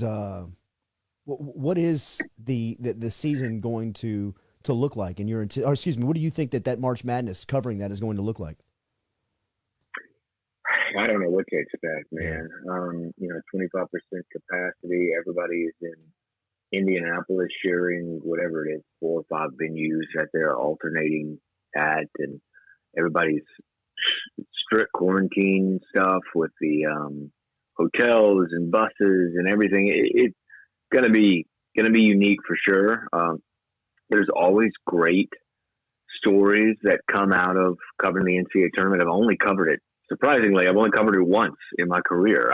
2 years ago up in Tulsa, I covered the first and second round site, and that was the first time I'd ever covered the NCAA tournament. Every beat that I've been on, the basketball team has stunk, so I've never gone to the NCAA tournament. But there's always great stories that come out of it, and I saw that 2 years ago. However, the stories usually are you get them by going in the locker room, and that's not going to happen this year. And so that's going to really put a damper on the stories that come out of March Madness. Ross Dellenger, sorry, with our new production equipment, we've got a call coming in on the other line right now that's beeping in. Delly, no, it's all good. It's all good. We appreciate it. When you get down to Baton Rouge, we're going to get you in this studio, man, and safe travels, and it's great to catch up with you. Thank you. All right, guys. See you, Jordy. All right, man. There's Ross Dellenger checking in from Washington, D.C. this morning. As Delly, of course, if you're not following his work, then you must not be a fan of college football. He is a writer for Sports Illustrated, and you can find his work there at sinow.com. Tomorrow on the Jordy Culotta Show, hopefully we are approved and we pass this test at noon today. Yeah, we got it. We've got confirmation. Dave Aranda, Baylor head football coach, will be here tomorrow at 8:30. Frank Wilson will be here at his typical 8 a.m. spot. So a couple of head coaches here tomorrow on the Jordy Culotta Show. We'll give you updates on LSU basketball. The Pelicans play tonight versus Utah. Donovan Mitchell and the Western leading Utah Jazz taking on the Pelicans tonight. Appreciate everybody being out there this Monday. All the interaction inside of the bunker is fantastic. Remember, like, share, comment on the post. We appreciate that very much every single day here on the Jordy Culotta Show. Stop in and see Go Chevrolet.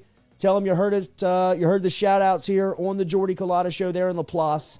Go shop new inventory or pre-owned inventory for the entire team and for everybody that was here. Derek Stingley Sr. that stopped by, Nolan, Cain, and, of course, Ross Dellenger. For Nikki, Katie, Mikey, and Lizzie, I'm Jordy. Signing off tomorrow. Back with you at 7 a.m. Bye.